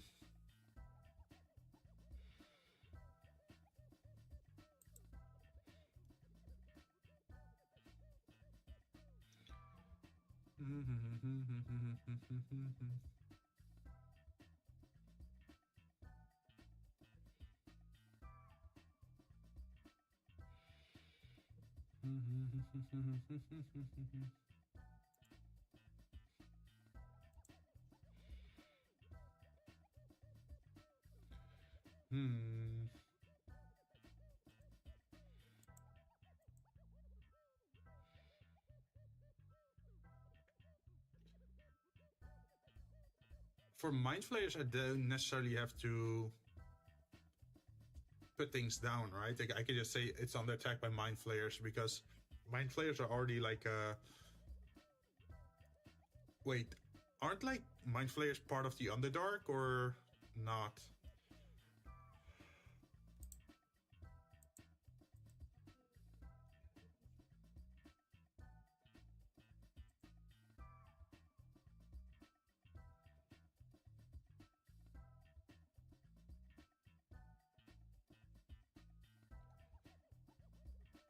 Followers or other fanatics?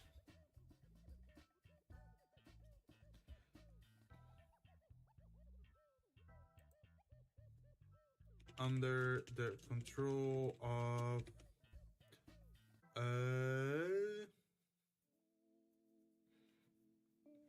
and then we want to say on that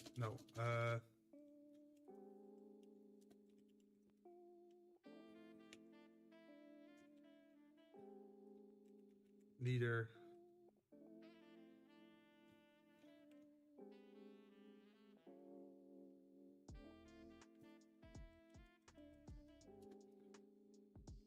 Yes, on that leader. Or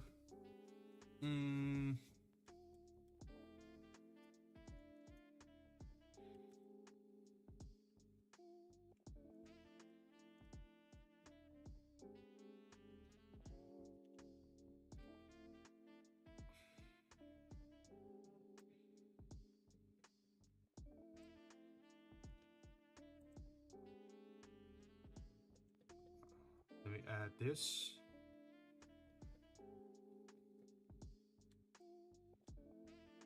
No. Remove this, set it here.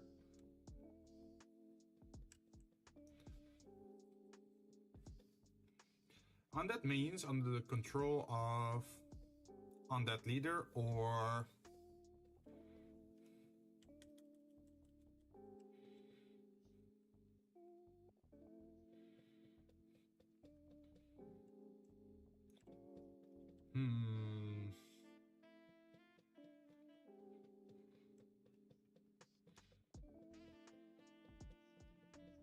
we could say that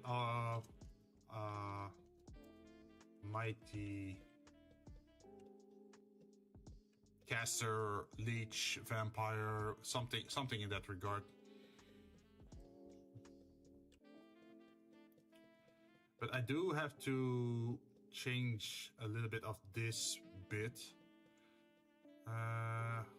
What did I use again to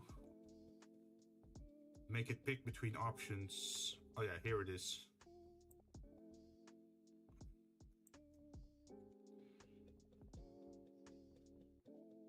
I just grab that.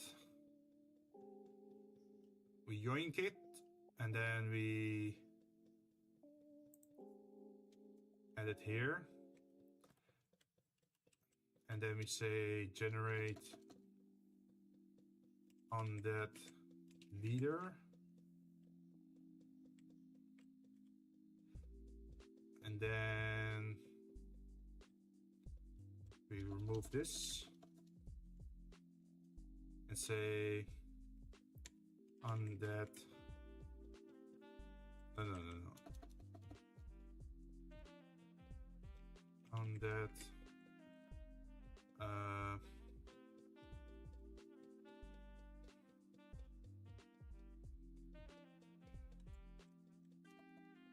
Undead Lord. Let's call it Undead Lords. If the creature itself is undead, right? And then as a second option, we enter... No. We enter caster type. This one.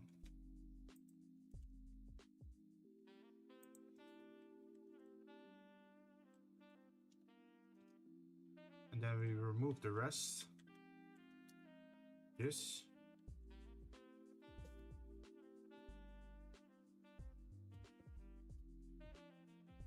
And then we should probably shorten the name, right?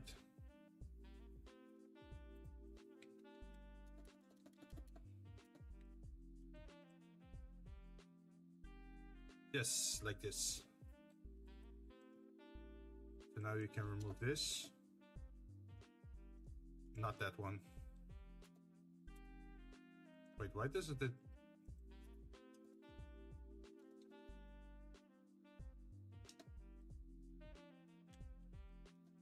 There it goes.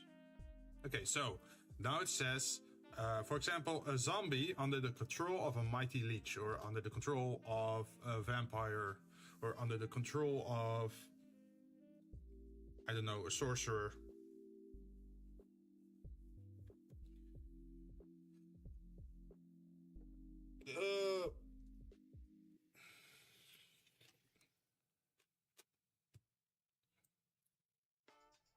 And now we also have to do this for the type of casters, right?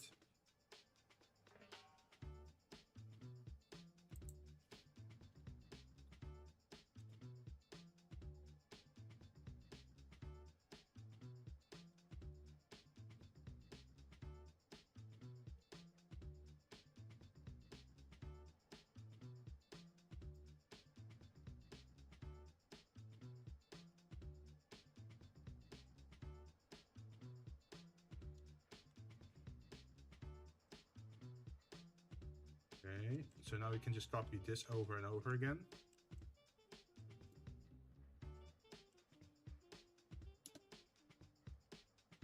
A sorcerer, a warlock, a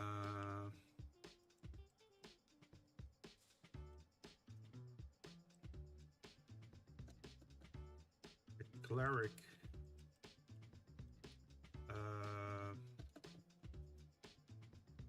A sorcerer, warlock, a cleric, a wizard.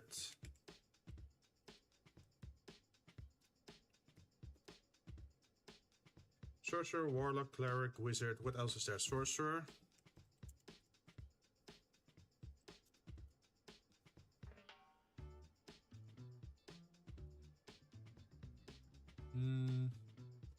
A druid probably wouldn't mess with undead things, right?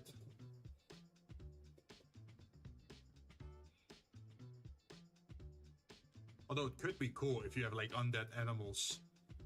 And then it says like, yeah, we're taking vengeance on the living because they destroyed the forest. Something like that.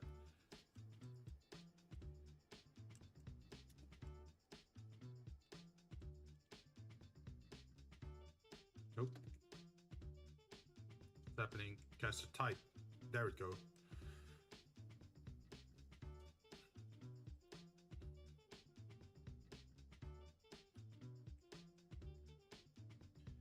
So now we have sorcerer, warlock, cleric, wizard, sorcerer. Wait, we have sorcerer twice. Let's add druid.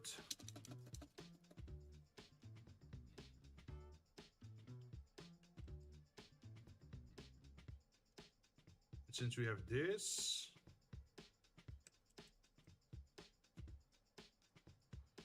we can also add undead lord now, right? Undead lord, and we can call it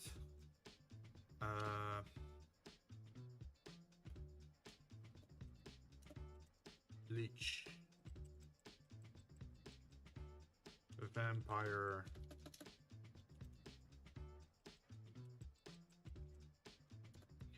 Leech, a vampire. What else is there? Death Knight.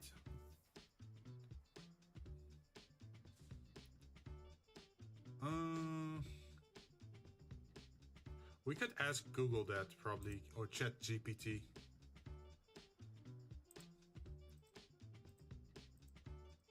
Can you give me a list of intelligent, sentient, undead creatures that could lead an undead army?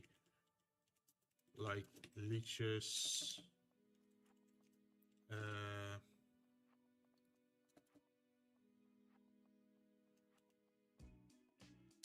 or vampires. Okay, what does it say? What can we get out of this?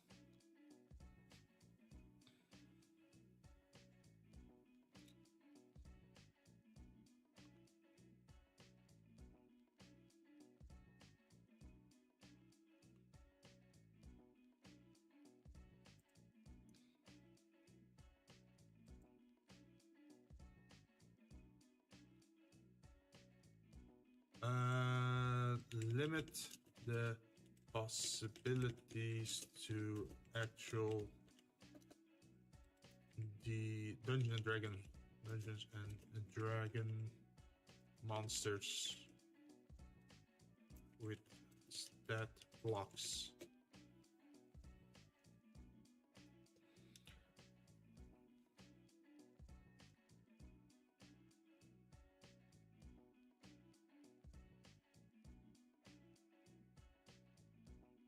Oh, yes.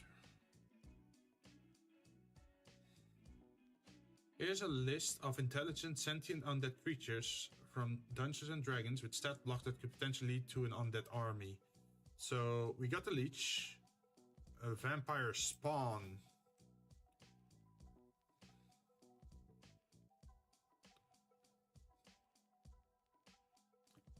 Yeah, let's use vampire spawn. And then the next up is, wait, leech, vampire spawn, Death Knight. Then next up is a necromancer. Makes sense. Although necromancer is a type of wizard. Let's see. A ghost leading an undead army. Could be. An incorporeal undead spirit with the ability to possess and manipulate objects. White. An undead creature with the power to drain the life force of its victims. A specter.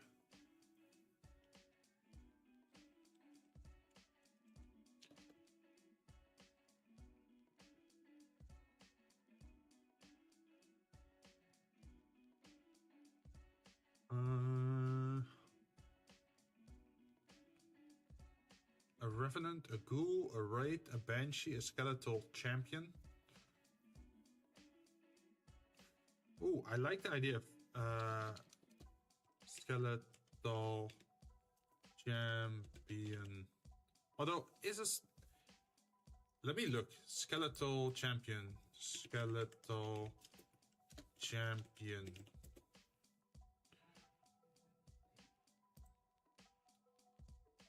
Does it have a high enough intelligence stat to actually be smart?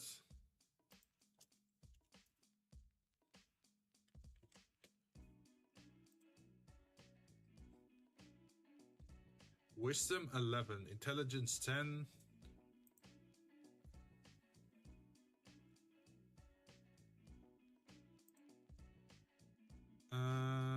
Language understands Hyundai or other ancient language but can't speak. Oh, so it is smart. Yes, that can work. What else besides skeletal champion? Bone Naga, a type of undead creature with serpentine features and potential magical abilities.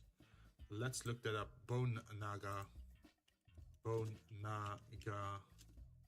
5e.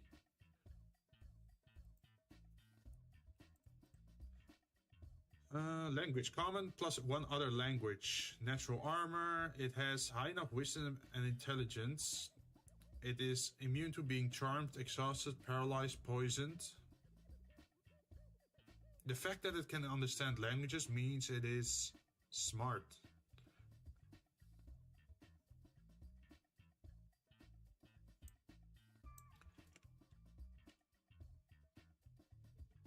Let's see, what kind of level is it actually? Challenge rating 4.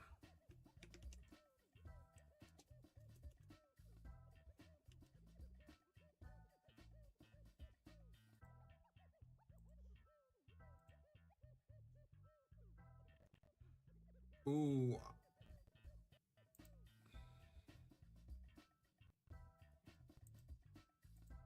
I am wondering one thing though. Should I specifically say like, oh, they're undeads? Or should I say like, oh, here's a list of possible undeads or possible creatures, and then let people pick the creatures themselves?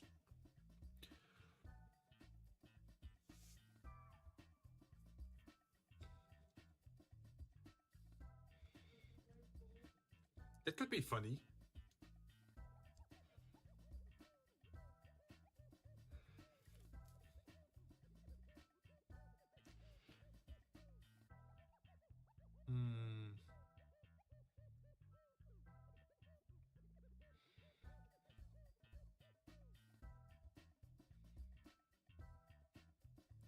If I just say undead leader and then I just say like, oh, it's an undead lord.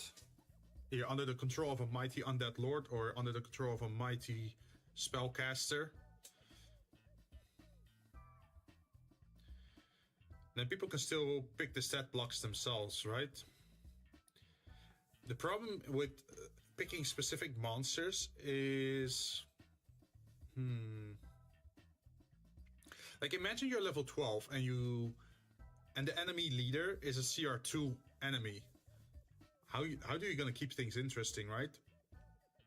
That means they're gonna have to have a lot of how do you say that? A lot of bonus health or a lot of minions, I guess. Or a lot of traps.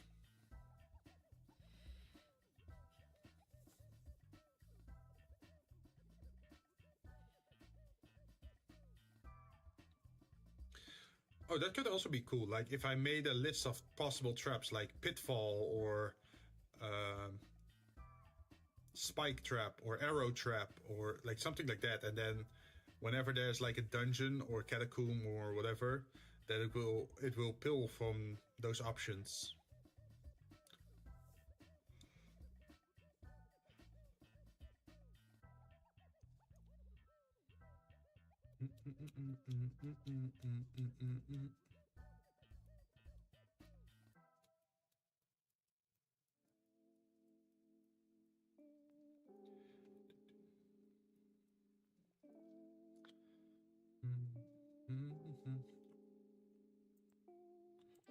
Oh, someone messaged me.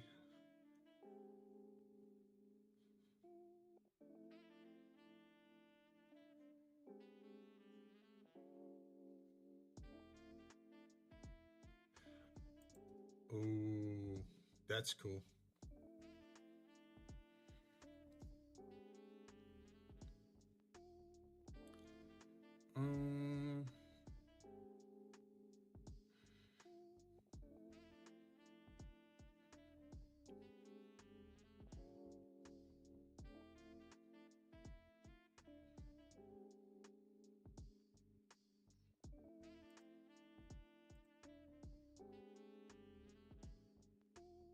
Wait, I might have to interrupt this work to do something. One moment.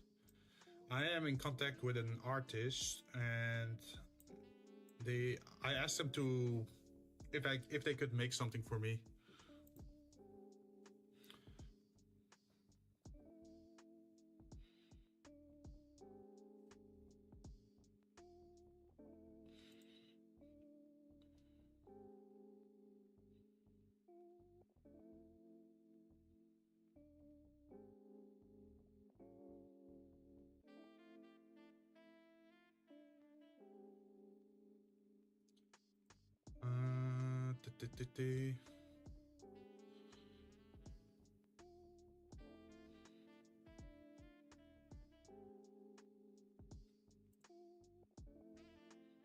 Sign up with Twitter or sign up with Twitch. Join VGen.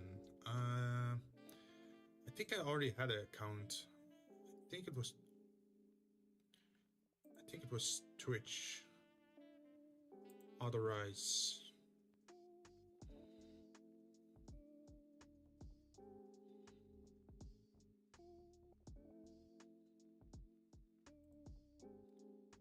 Or was it login? Wait, let me close this for a bit so I can actually look it up.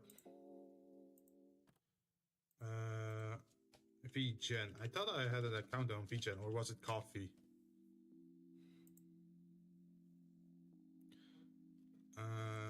Login.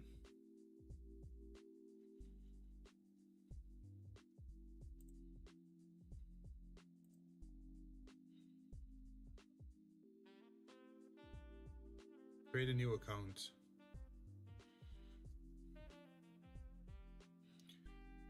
Connected.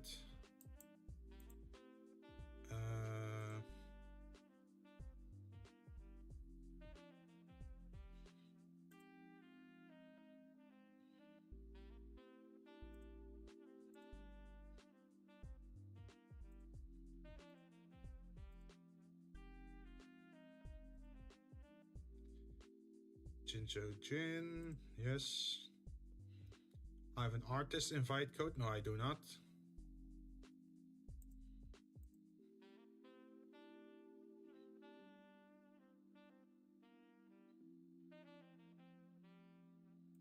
Next.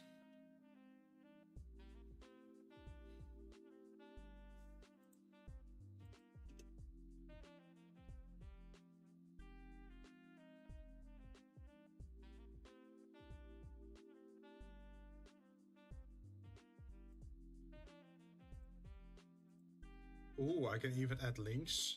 Nice, nice, nice. So I can go add my Twitter, I guess.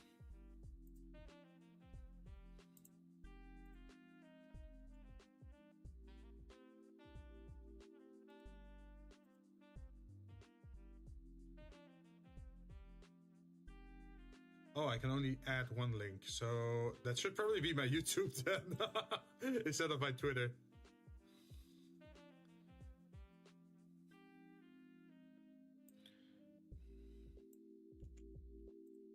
Okay.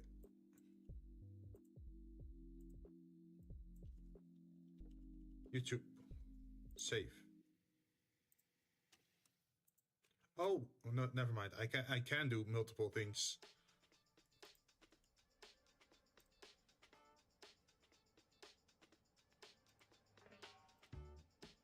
So I can also add Twitter then. Twitter. There we go. Save. Next. Username. Before we have built-in DMs. How should others contact you? Ooh. Probably through my Twitter. That would make the most sense.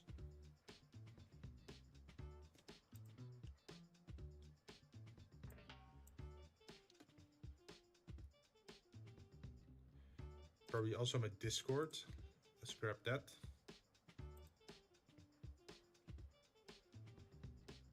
View profile. Oh, because I'm online, it's streamer mode enabled.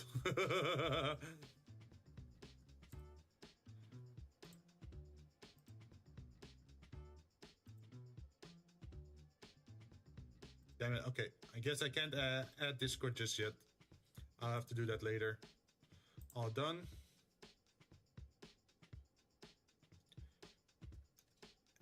And then we go back to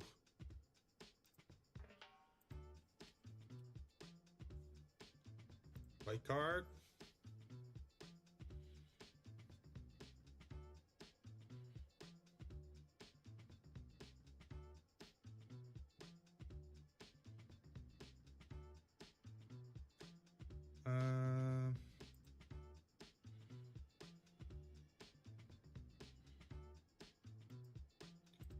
Let's follow you.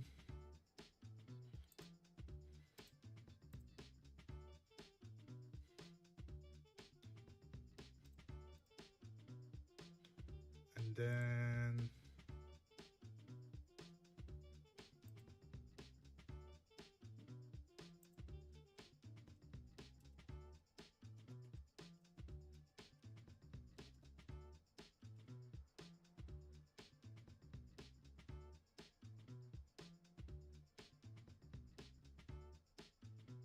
currently my status are closed to prevent any other, yeah.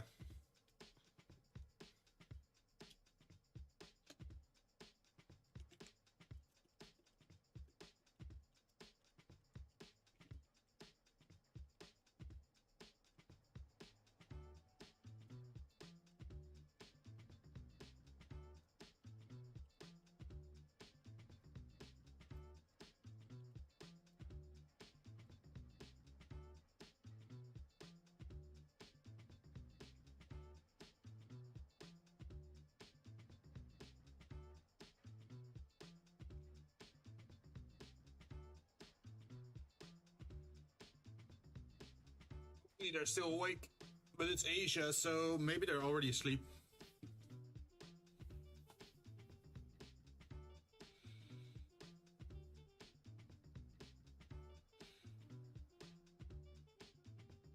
Oh, at least I made contact with them again.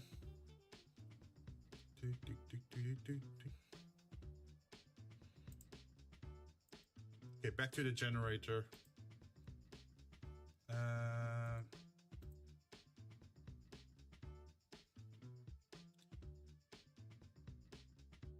Capture windows. Yep.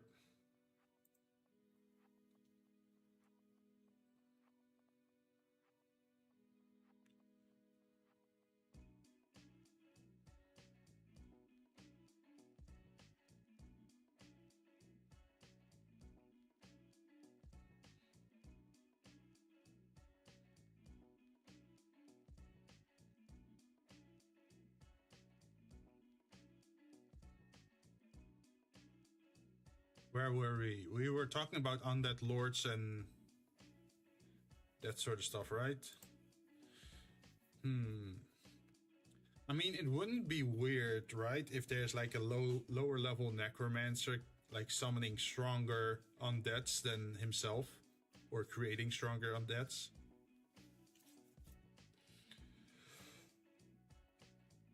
Oh, oh, oh.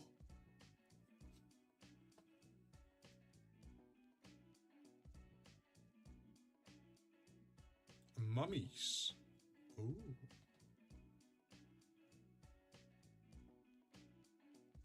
Do banshees actually create undead though? I don't think so, right?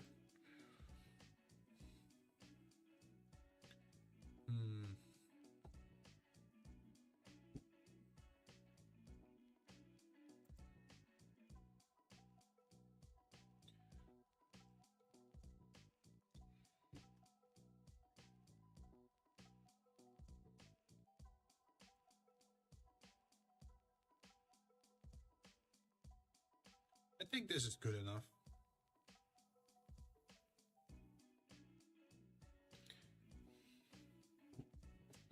Should we also make one for Fiend Lord? Like, oh, the fiends are being summoned by...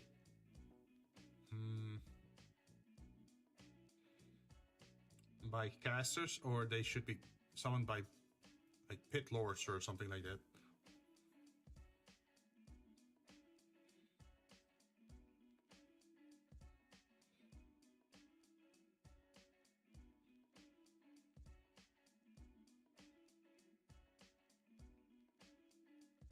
We also have like the whole elemental thing. Elemental enemy type. We could just add elementals behind that, right? And then over here we can grab this thing and then rename this into elemental enemy type.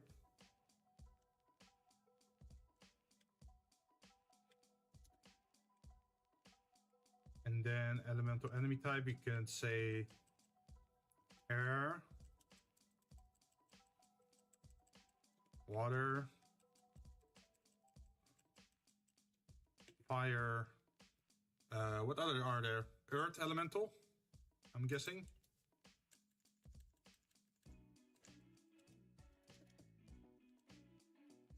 Let's see what my assistant has to say about this. What types of elemental are there in D&D?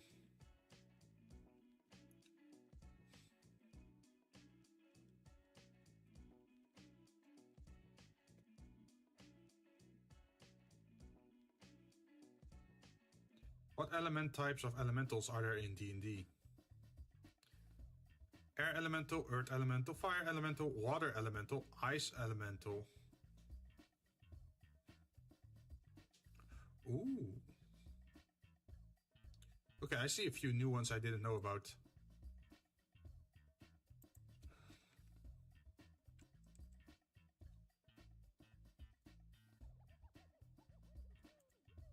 Only mention the elementals that elemental types with actual stat blocks.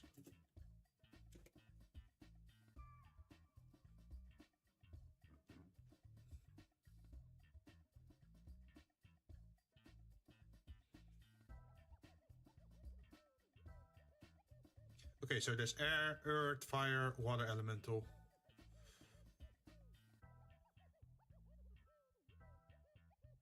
Apparently, interesting. So there are ice elemental, magna, smoke, steam, lightning, and mineral elemental, but these are sort of like hybrids or like combined versions.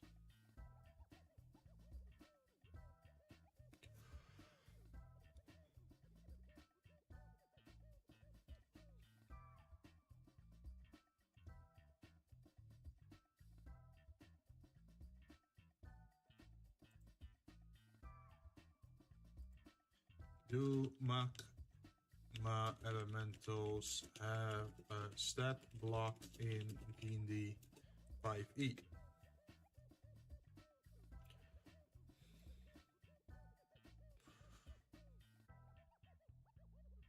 There's no official magma elemental with a specific stat block. However, you can create a yeah, let's just keep to the normal ones.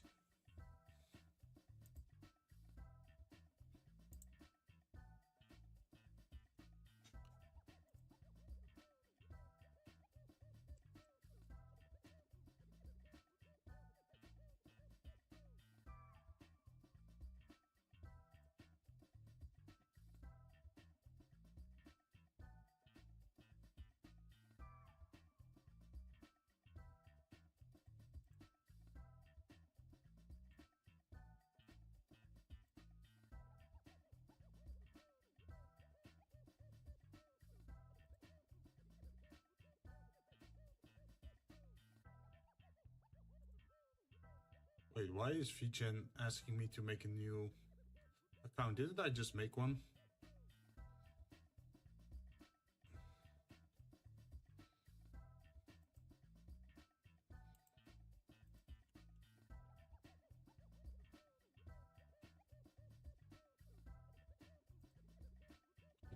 Oh, okay, it's confused. Okay, log in with Twitch.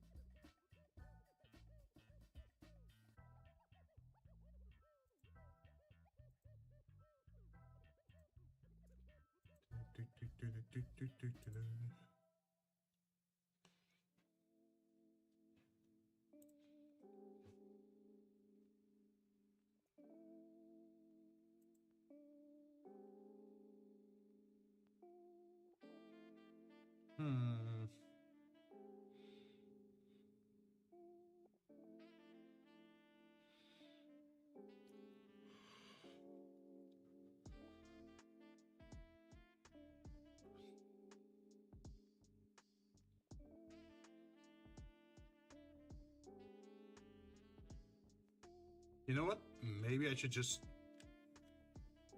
remove this and add elemental to the name of the creature over here.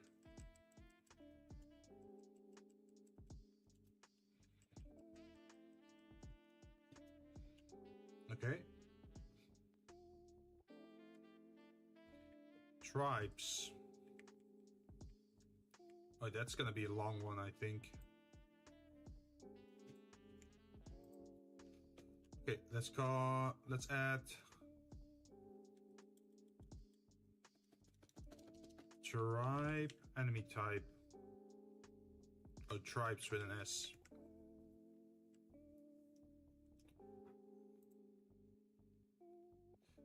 Tribes enemy type. Like this. And then this.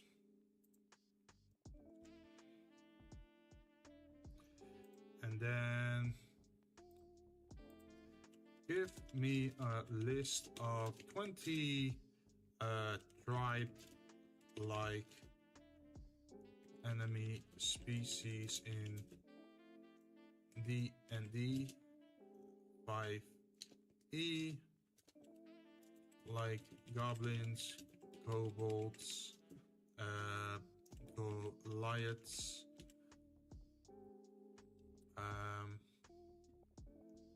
etc.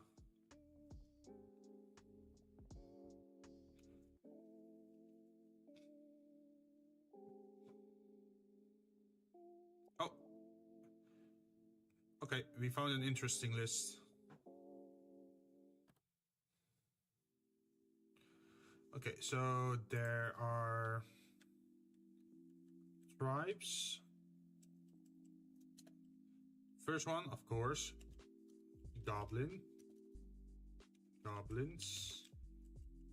And then there is kobolds. After that, there is orcs. Behind that is hobgoblins.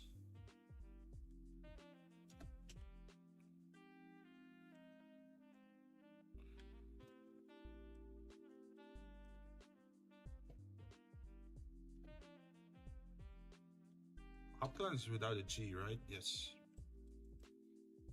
Let's see. Buck bears.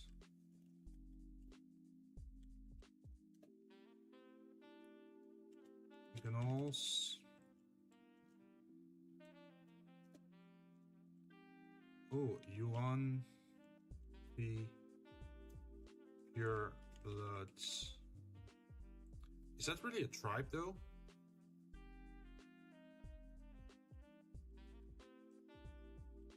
The next one, lizard folk.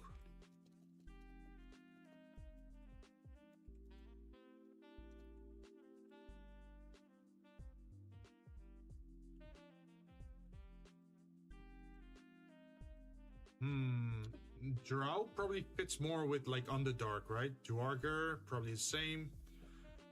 Bully works, probably works. Oh, a tribe of Kanku. That could be super annoying.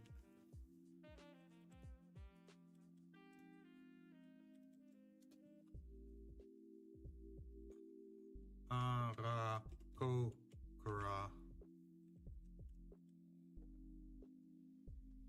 I don't want to do merfolk because those are very underground.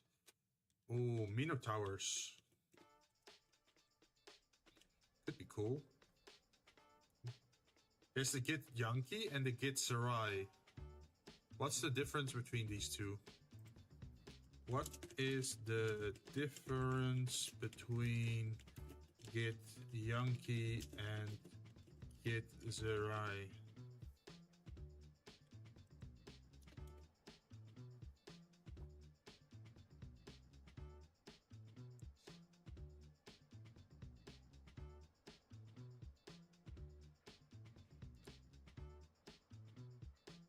They share a common origin, but have developed into separate cultures with different beliefs, lifestyles, and abilities.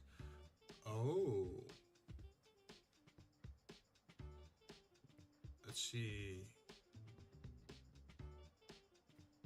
Humanoid features with silvery skin. They often have sharp, angular features and are known for red eyes.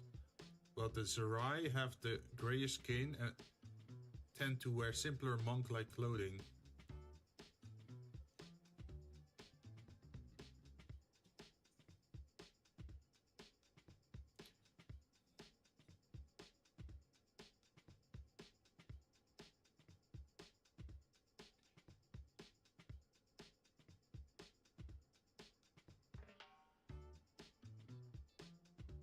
Yeah, I don't think I want the Git as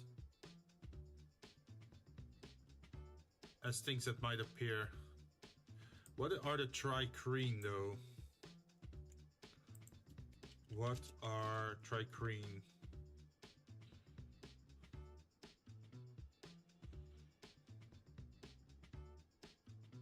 Fictional insectoid humanoid race. Mantis-like appearance, possessing multiple arms, sharp mandibles, and an exoskeleton.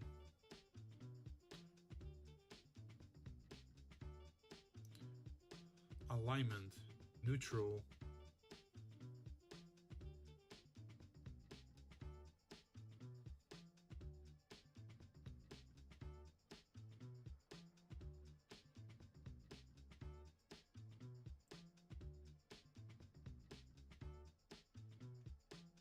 Yeah, we can add the Trikreen, I guess.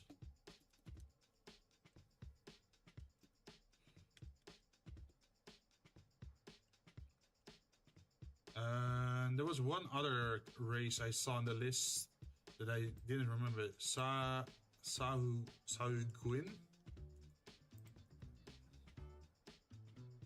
What are Sahuguin? or Sahu Gwyn. Sahu Gin? Something along those lines.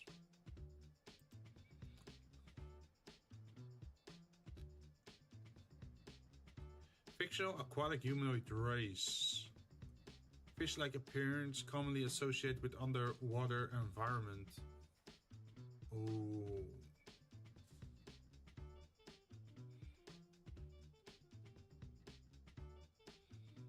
Predatory nature. Often hunting in packs to overwhelm their prey.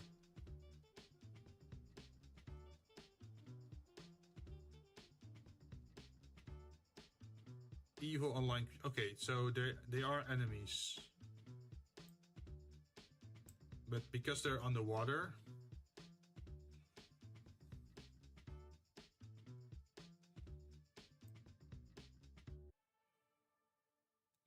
like, I'm not sure. No, I probably shouldn't add that to the tribes.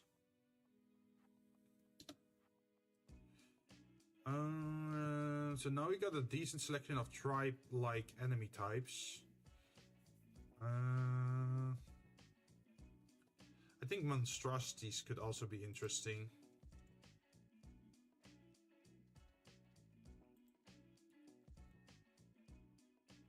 But the problem with monstrosity is that they could be very high level, right?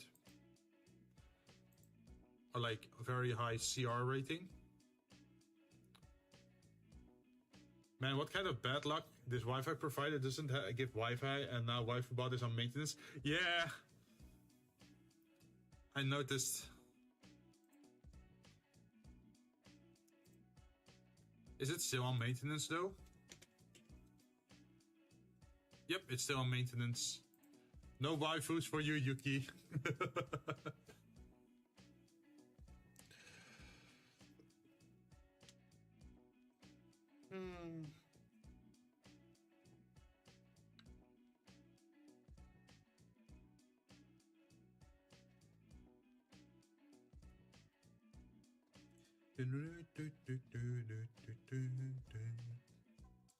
Golem enemy type.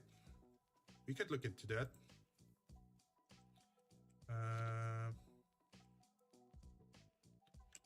We just grab this. And then this. And then we do this.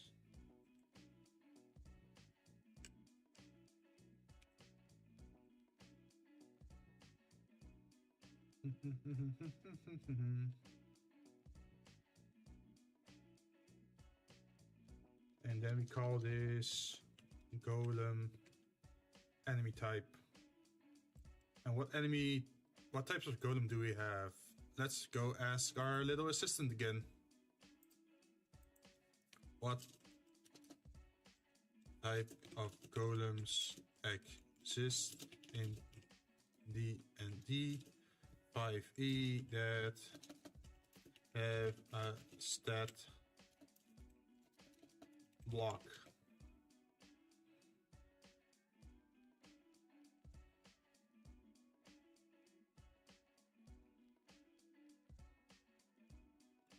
Oh, we're getting something interesting. Oh, there's a lot of golems, by the way.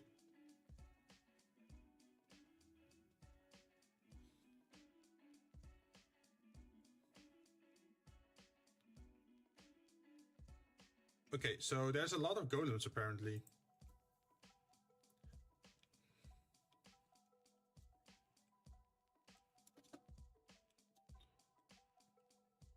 So, play golem.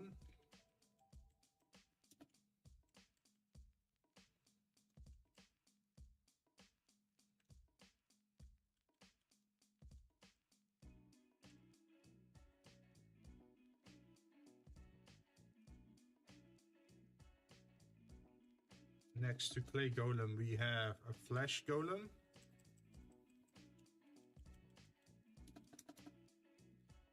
An iron golem.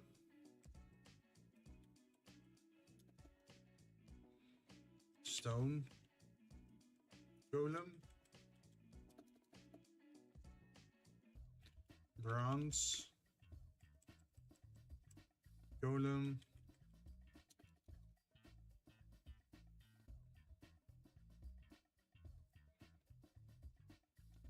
Wait, I'm doubting now. Like, if you're level 1 and this option appears, how are you gonna deal with a glass or bronze golem just appearing in your starter village, right? I really want to take the Oracle offer now. Wait, what is the Oracle? Is it like a different internet provider in your country?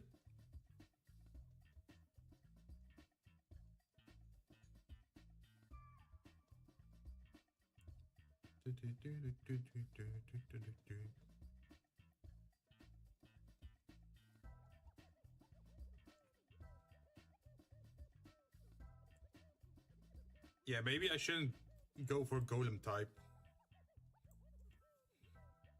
Let's remove it.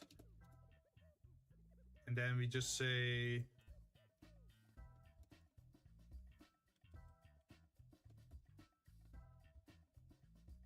golem under the control of a caster or whatever.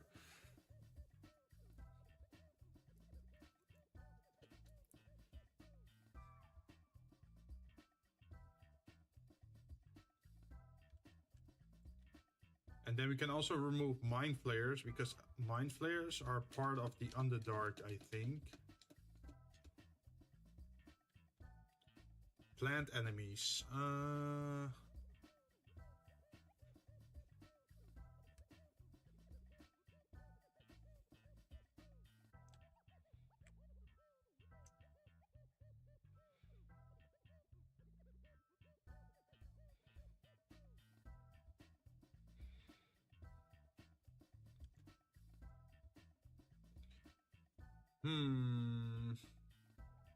I feel a little bit stuck.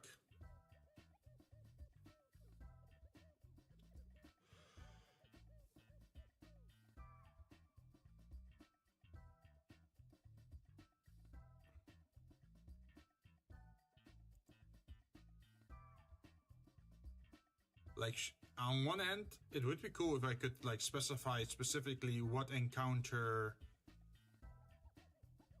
would arrive, right?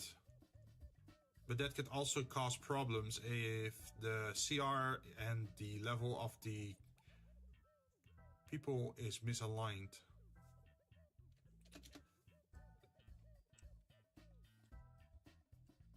Maybe I should keep it more generic. Like a monstrosity.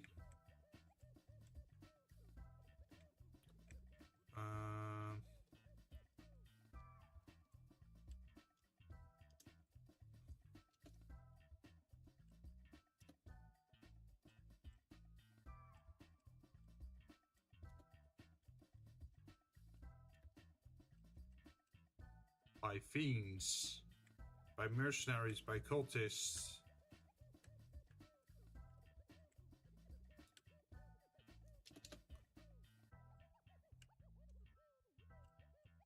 Yeah, especially with devils, because devils can go very high in levels.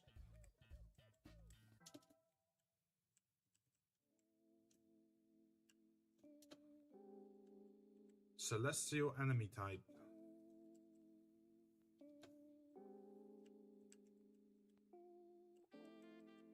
Like, oh, our town is being attacked by Celestials. Could you please help deal with it?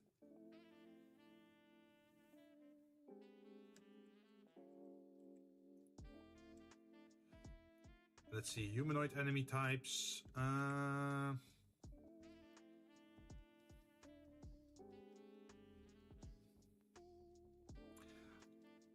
Yeah, I think humanoid enemy types could still work.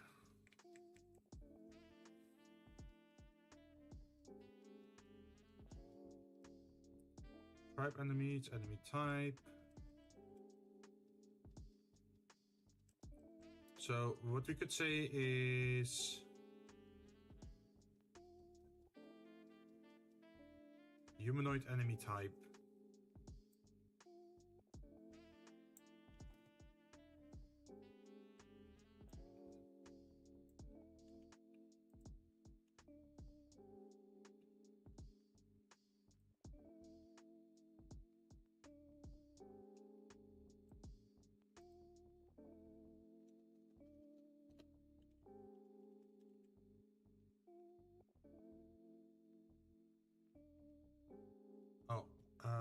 to write this with a tiny thing. Humanoid enemy type.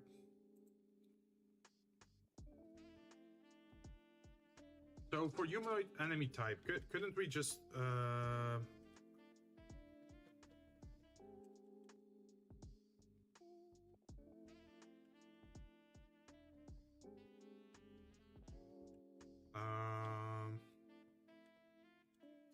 do this and then do random race?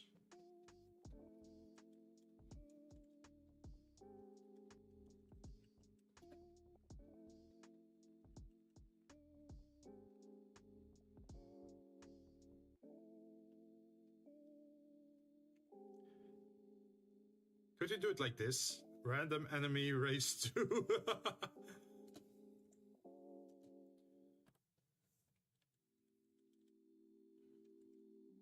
Enemy.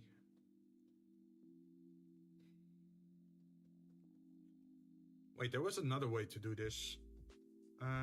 Where was it? So we have a random race here.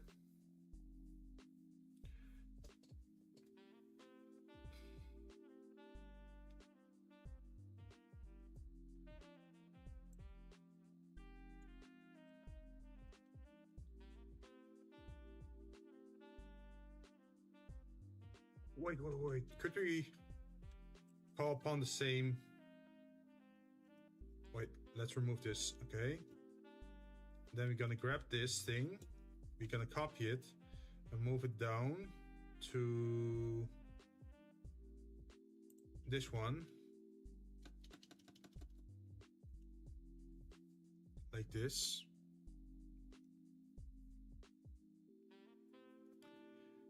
Underground enemy type.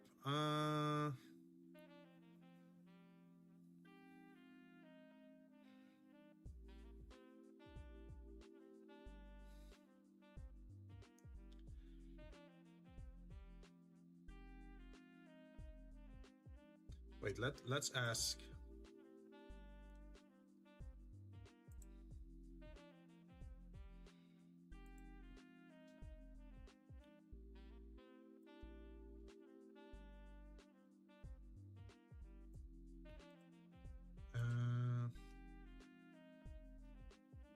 What kind of underground enemies? Wait, what kind of underdark enemies are there in DND 5e with stat blocks?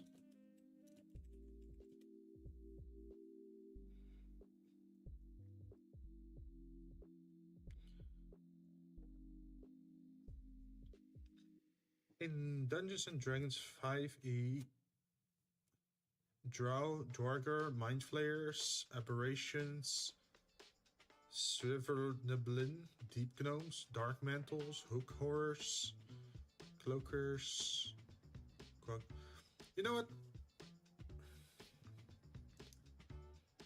I don't think I should specify the Underdark.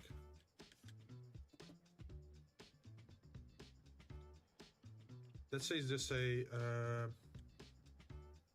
creatures originating from the Underdark.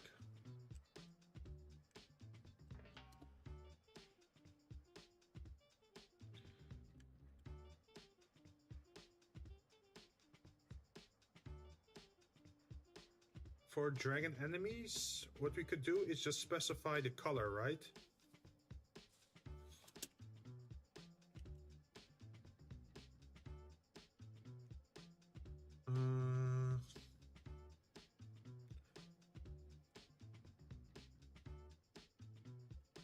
Dragon enemy color, and then we're gonna grab that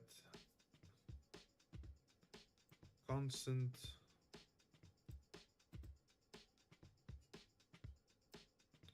wait, we can just grab this one and then rename this into dragon, enemy, color.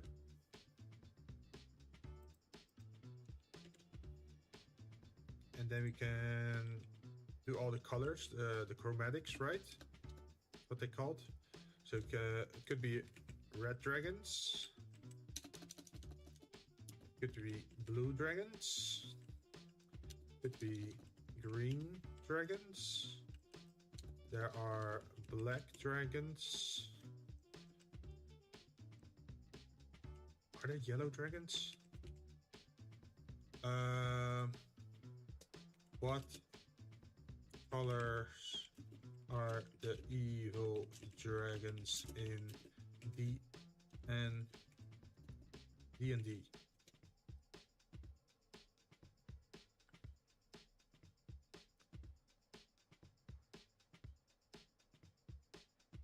Red dragon, black dragon, green dragon, we got those. Blue dragon, we also got that. White dragon. Okay, so the last one was not yellow, it's white dragon. And then we delete this. And now we can specify what color the dragons are without saying like how tough they are. I think for the oozes, we should also just say oozes.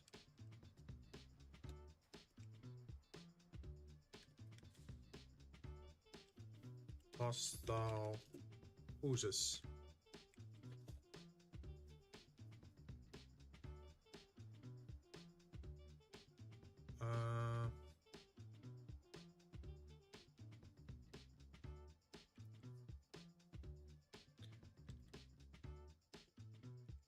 Plant-based enemies. Celestials, demons, devils. Elemental enemy type.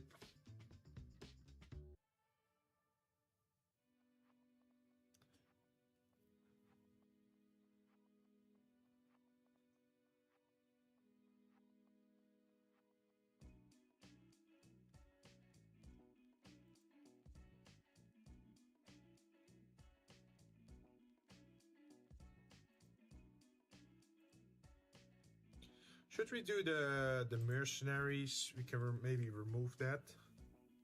Humanoid enemy types. Humanoid enemy types is generate random race. So you could say, oh, we're under attack by dwarves, or we're under attack by elves. Something like that. Well, for the mercenaries, maybe we should make it criminal. Like this, and then criminal.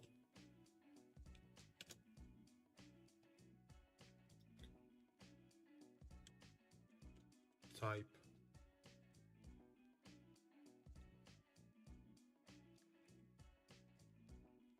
And then we grab the top one again. And then instead of we enter an extra line here, and we call this criminal type.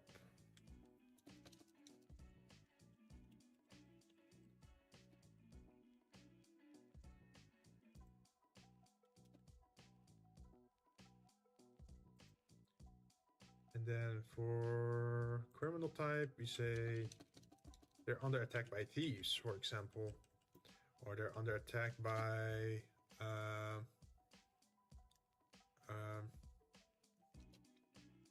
thief assassins.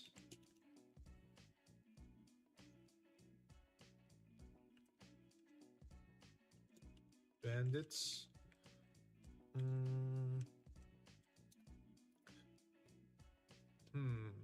Thieves, assassin, bandits.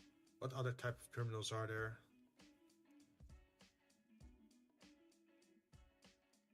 I mean, specifically to D&D, right? Thief, ascended, bandit.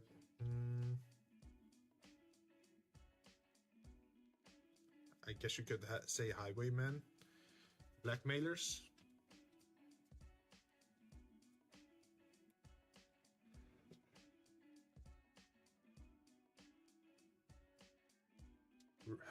Imagine you used to say like, we're under attack by racists.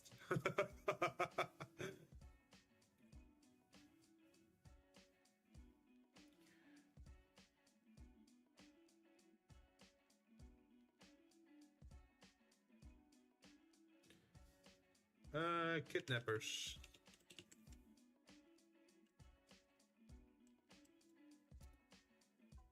We're under attack by kidnappers.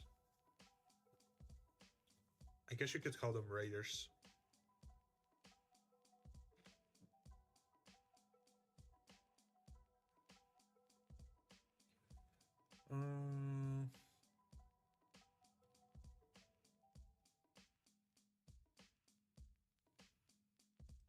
Organized crime?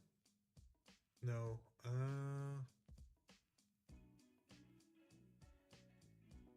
Syndicate?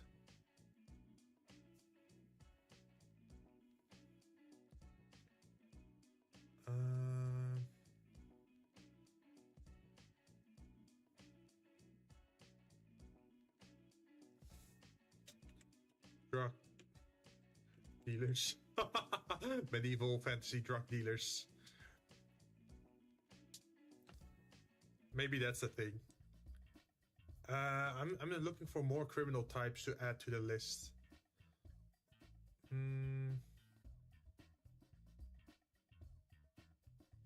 But not too spicy. Like, I don't want to have like adult crimes. I don't want to do that.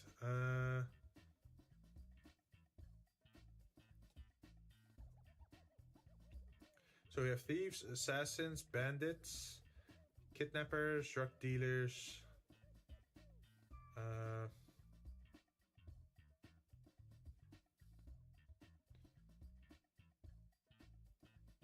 Instead of kidnappers, should we do human traffickers?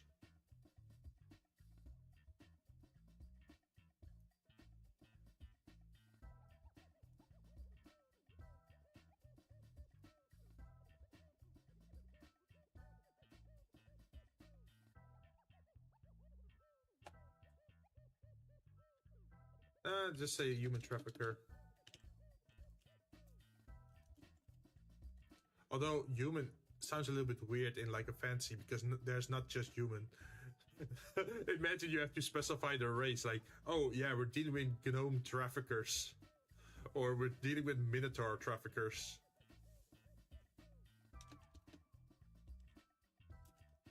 Let's just call it humanoid traffic. How do you call it? Trafficker? How do you spell that? Help me. How do you spell trafficker?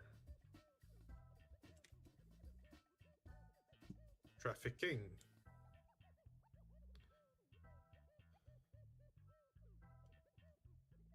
How do you spell...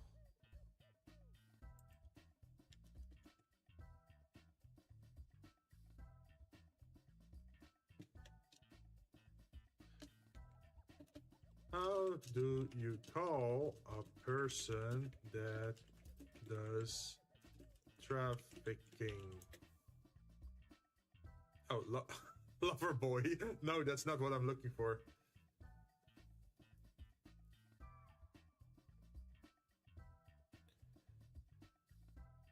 I guess we could just call it trafficking.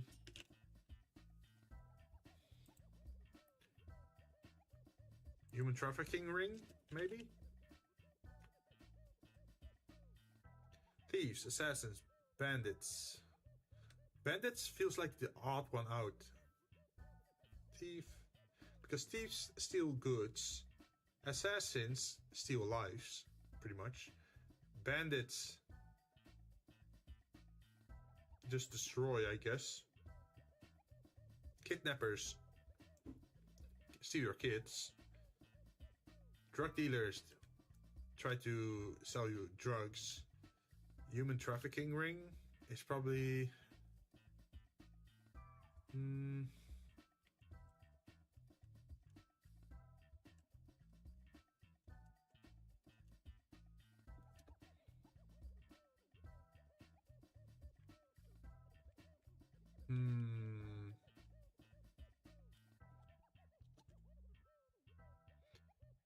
Ooh, I know one.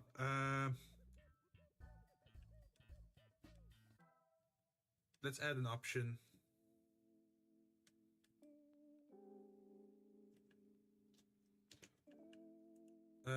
The one that go after animals.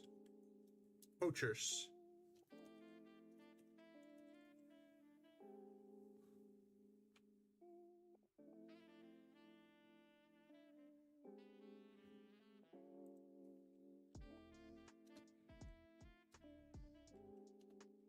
So they're dealing with thieves, they're dealing with assassins, bandits, kidnappers, drug dealers, human trafficking ring.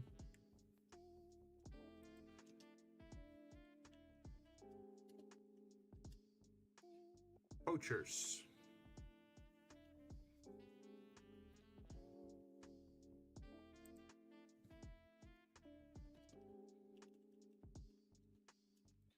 And animal poachers, that could include an animal type, so animal types are still inside the mission, for example. That could be cool.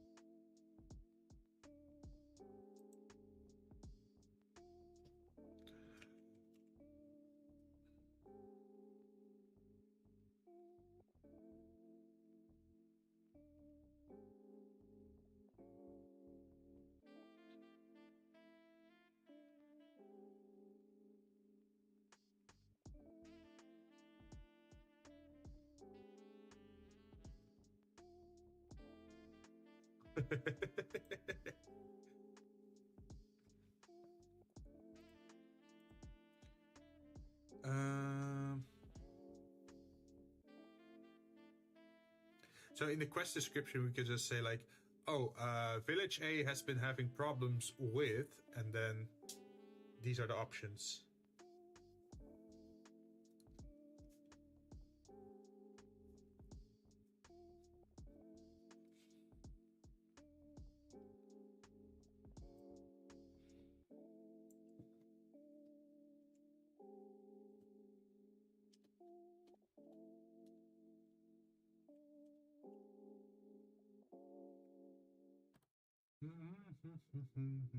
Let's run it.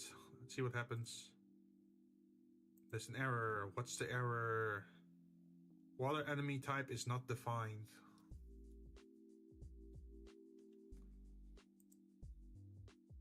Yeah, we want to remove the underwater enemies anyway. That's not a problem. It's more like the water enemies.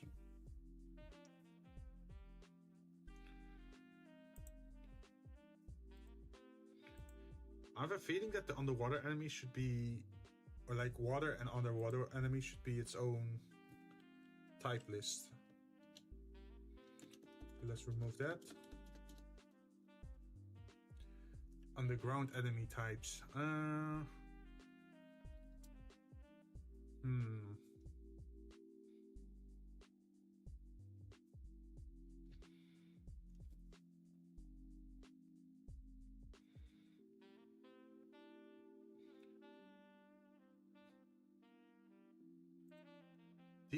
Like underground enemies would be enemies that are only found underground.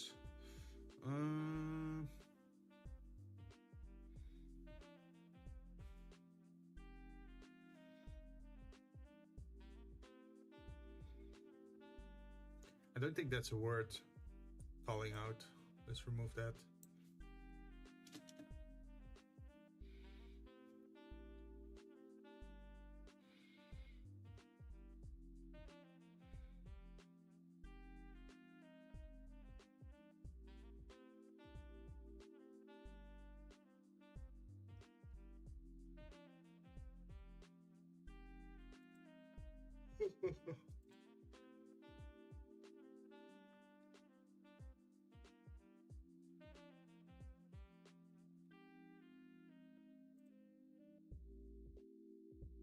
The location was recently raided by demons. Luckily, there are still 5 survivors around. If spoken to, you learn that defend the target.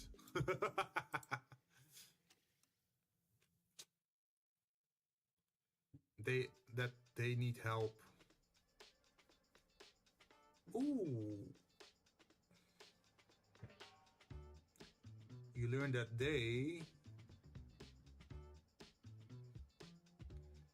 need help. Let's see.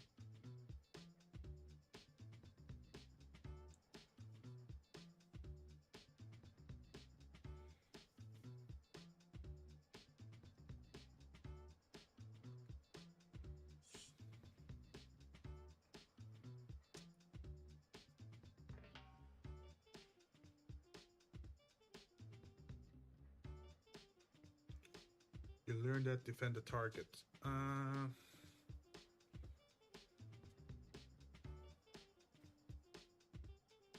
I'm out of energy at the moment. I'm not sure what else to add.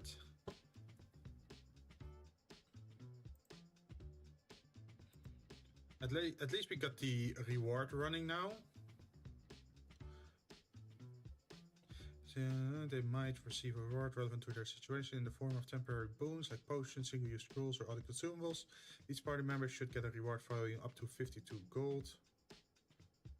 Should get rewards. It should be multiple.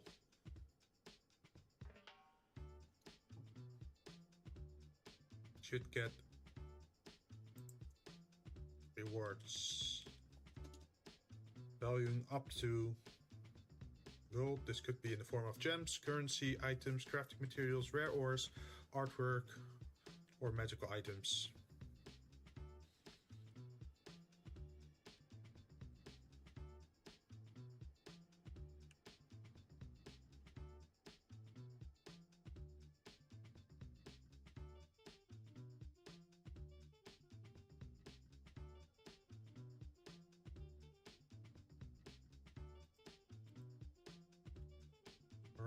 Property, mounts. Okay, I like the new one. Each party member should get rewards valuing up to 52 gold. This could be in the form of gems, currency, items, crafting materials, rare ores, artwork, property, mounts, or magical items.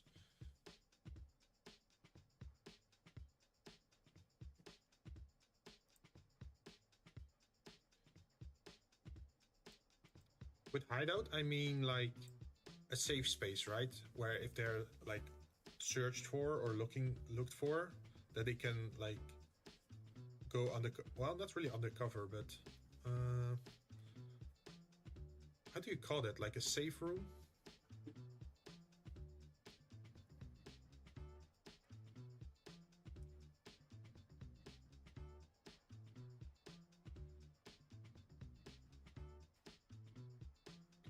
In the form of a new safe space or a hideout. Do you call it a safe space? Panic room? No. Another word for a hideout.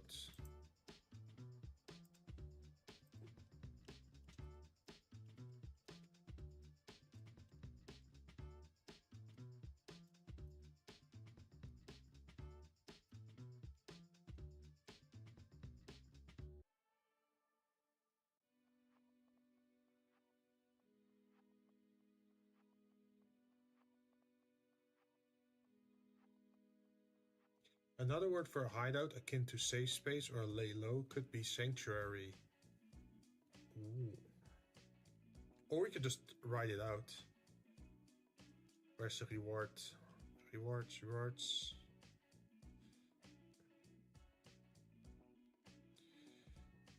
A new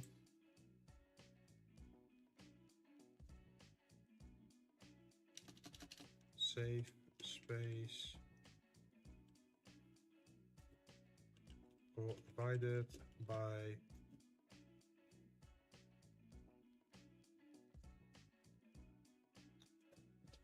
if parties succeed at solving the presented dilemma, they might receive a reward relevant to their situation in the form of a new safe space or hideout.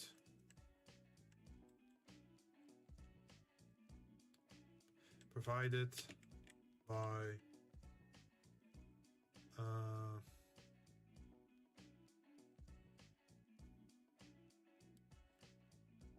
the quest giver.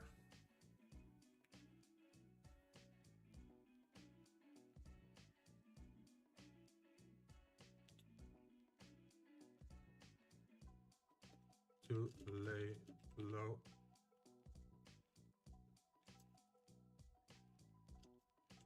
Provided by the quest giver.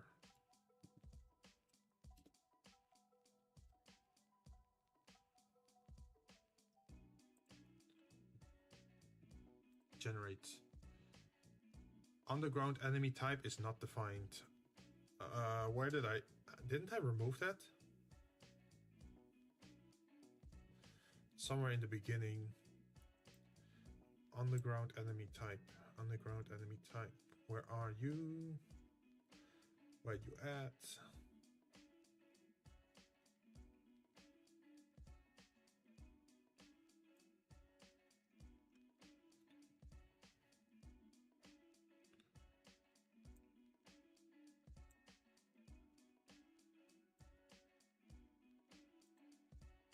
There it is.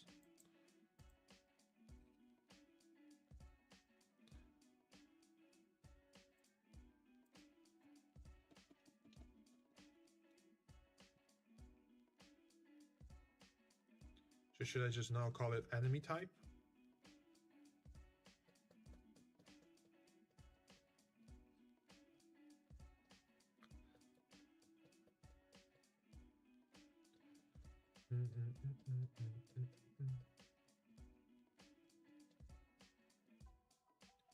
Enemy type, enemy type.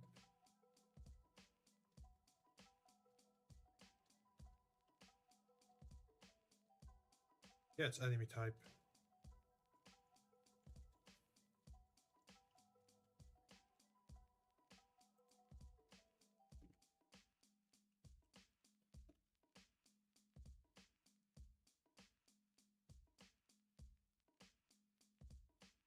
Enemy type, where are you?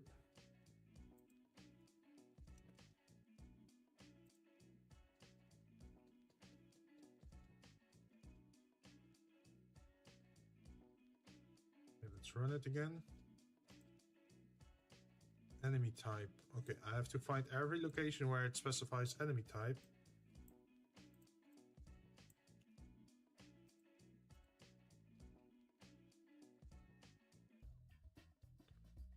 Humanoid enemy type.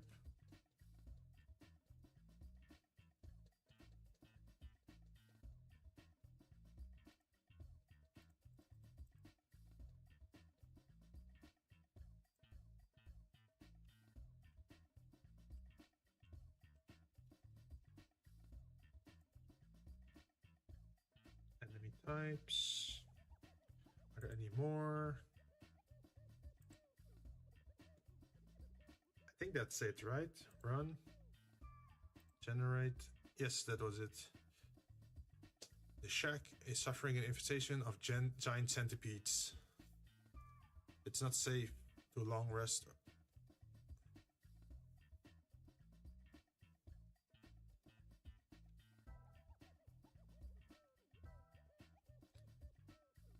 Probably shouldn't say the building itself, like the area surrounding the shack.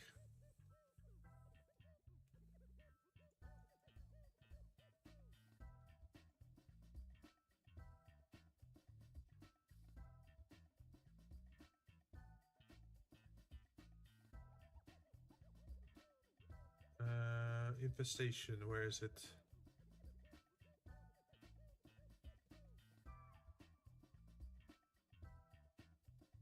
Infested. Oh, there you are. The area surrounding the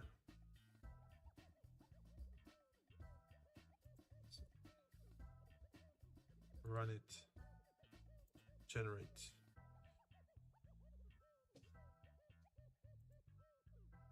Minimize. A soft wind blows toward the southeast. In the morning of a windy day, the party discovers a haunted chapel. You feel the air growing colder as you approach the chapel. There is an eerie silence around, only interrupted by dreadful whispers in the wind. With the constant chills running down their back, the party can't seem to fall asleep at this location, preventing a long rest. After getting closer, the party sees the chapels covered in symbols featuring sheaves of grain and blooming roses of grain. Chante, goddess of agriculture. It has been inhabited by zealots and seem very standoffish.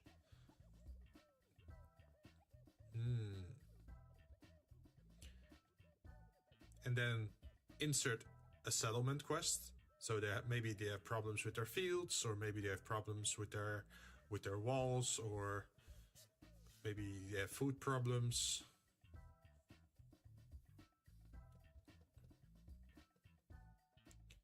Based on the party size, average party level, and selected difficulty, you have 25 XP pool to build an encounter. So maybe it's like, oh, there's a single goblin just stealing wheat from the fields. Something like that. Or maybe they're dealing with rats. The twist. The rats were actually good. The humans were evil. Something like that's very unlikely to happen, right?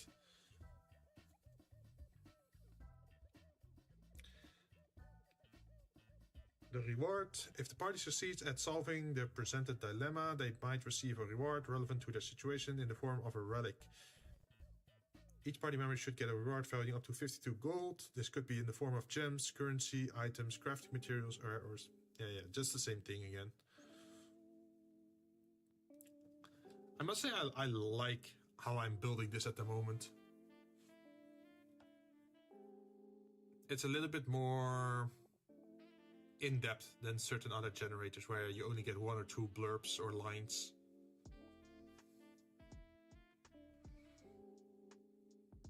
I want to take a break. Let's look.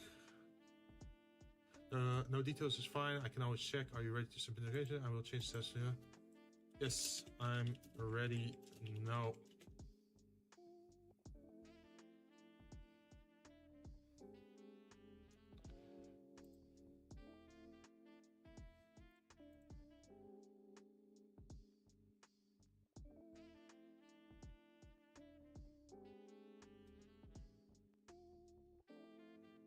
Give me one moment to deal with this.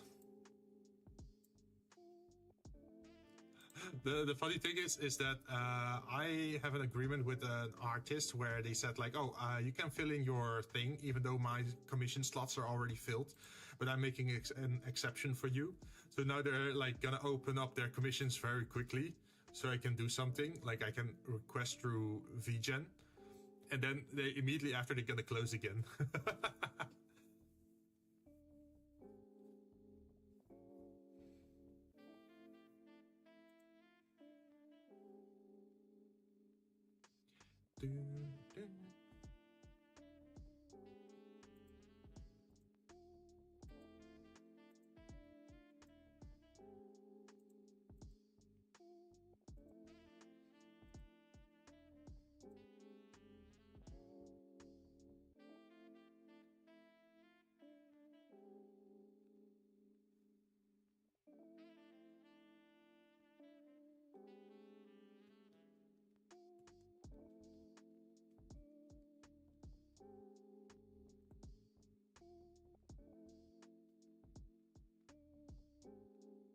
Oh, they're gonna change it now. Yay!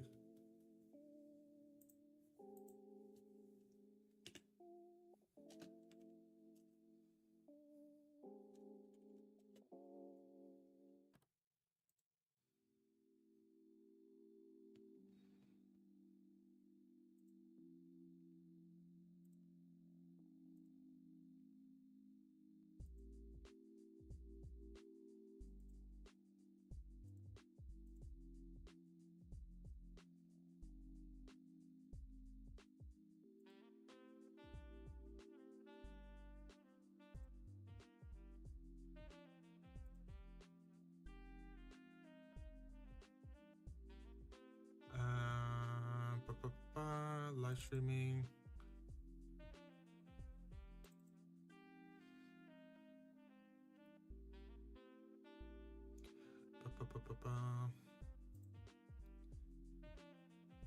Artwork? No. Reference sheet.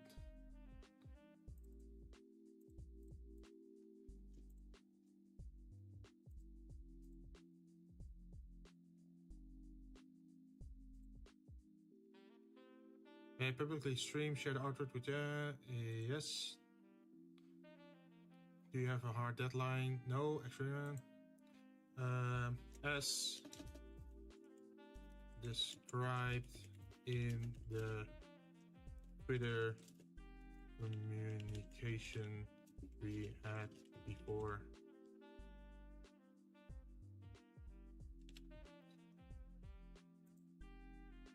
Submit.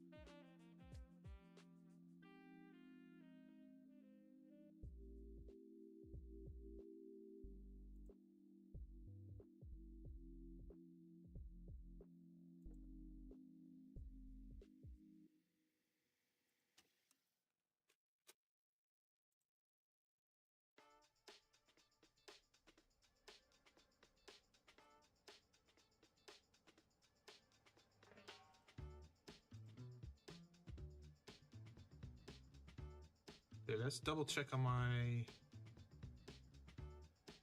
email.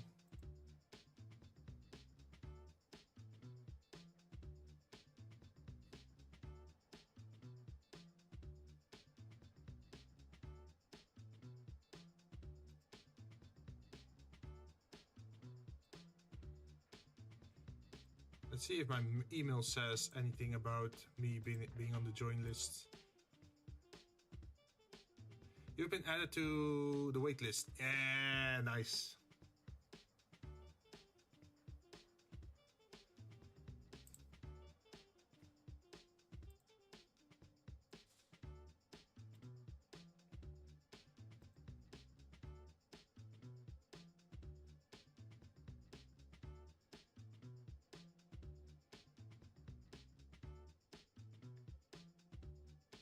Wait, perhaps I should show you guys what I'm doing.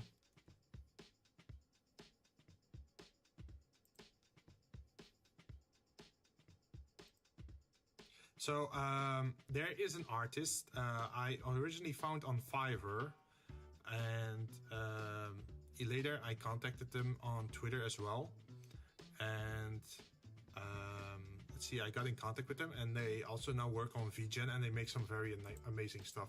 Let me show you what I mean. Here. Their name is, I'm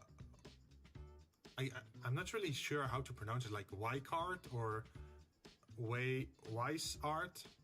It ends with a C pretty much, but they make some very nice stuff. See, I really like the art style, and they made art for me. Free advertisement? Yes, of course. So they made my very first thumbnail image. They also made the one where I wear the glasses, where you see the full frontal side of me, like holding an energy ball. And now I asked them for a new artwork, because look at this. Like, the art style is amazing, right? Yeah, they really deserve the recognition.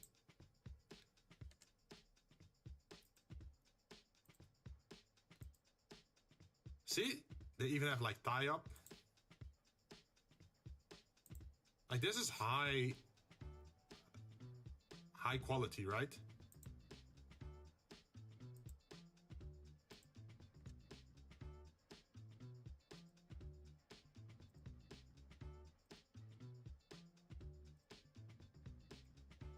So this is usually the artist that I go to when I want stuff. Like, I to be honest, I haven't really ordered art that much the first year that I became a VTuber, but I am planning to order way more art in the future to sort of expand the library of thumbnail art that we can have. But yeah, if you like them, you can give them a follow on Twitter as well. I think I'm having some blood loss from the art god. They're pretty cute. Yeah, I know, right? It's very colorful. Let me grab their. Let's see, where's their page, their Twitter page?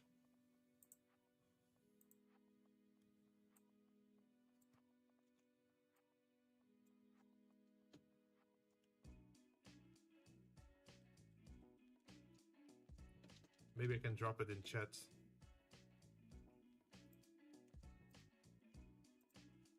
Hey, this is the Twitter.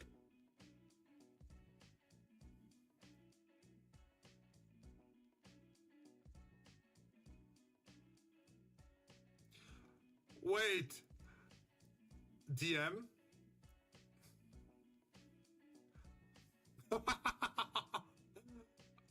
Okay, this is so funny. Wait.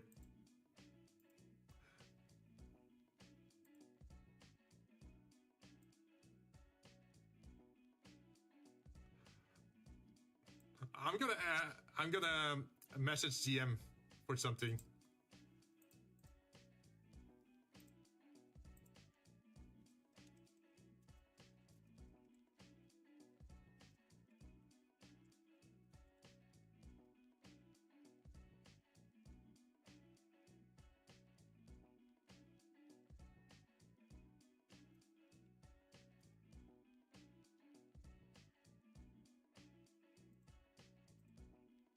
That's so funny. It's a small world after all, huh?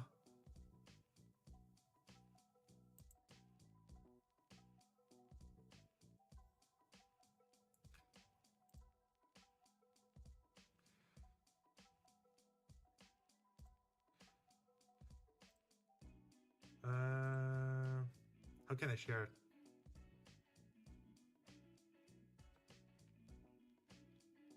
Live streaming.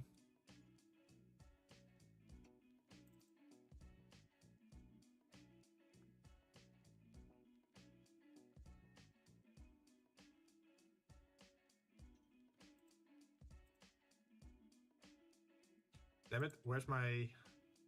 Oh, there's the artwork.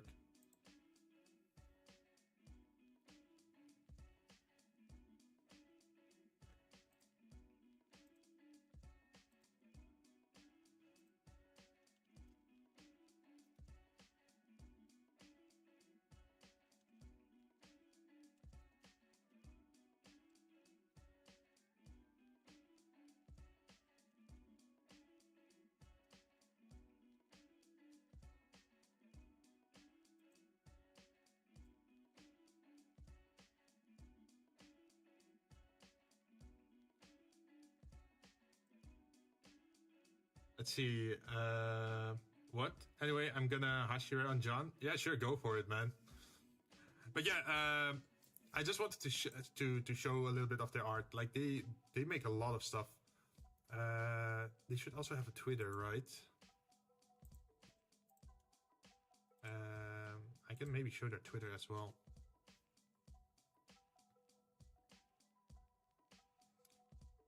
Yeah.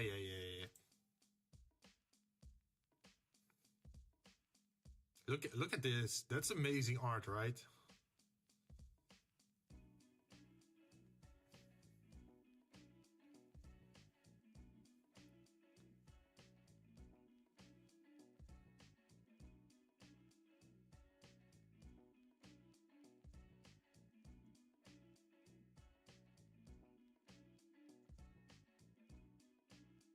Man, I'm still impressed.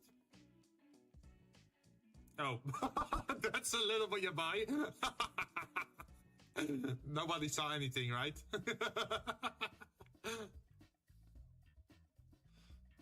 Oh, yeah, they did warn that some of their art could be yabai at times. So maybe it's not that smart for me to just scroll through their timeline without a filter on or something. But we got pretty far for today. I think I'm gonna call it quits for today. I have to think about what to do with the scenes. We got a solution for the reward. We got the, let's see, the scene. We got, well, not really every scene. We only got one, I think. I think in the scene, I should just talk a little bit about the building and then say who's available or like what kind of people are living there. And then in the dilemma, I could say like, oh, they're having problems with this or that. I think that's a good way of going through things. But I'm gonna, funny scenario, your Wi-Fi suddenly got yanky because a bear is causing the internet going wonky. What will you do? Wait, what? Your Wi-Fi is going janky because a bear is causing, like, causing internet issues?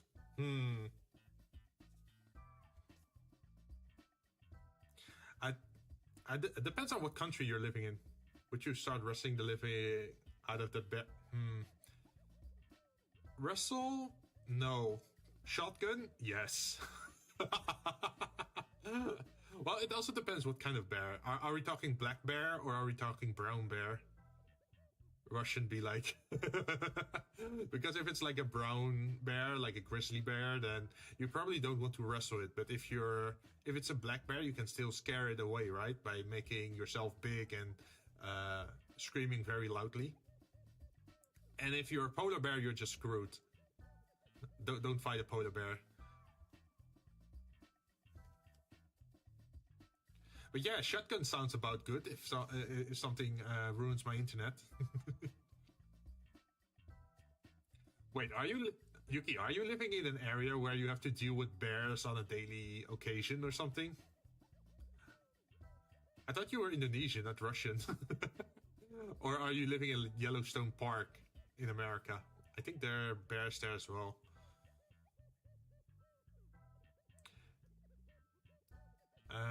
Especially there are children polar bear. Wait, children polar bear? That's a thing?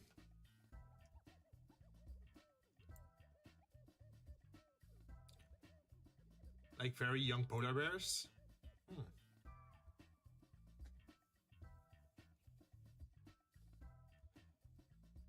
Also, Yuki, question. How do you feel about the current generator that we made?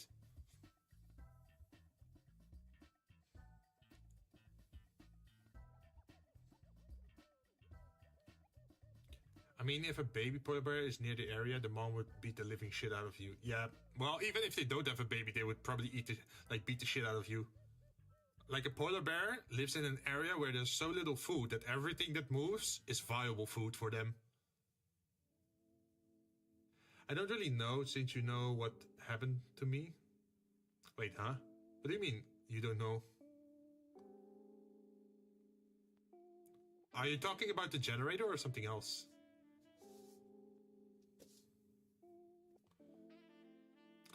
Yeah, is that a sentence about the generator or the bears? Generator? Ah.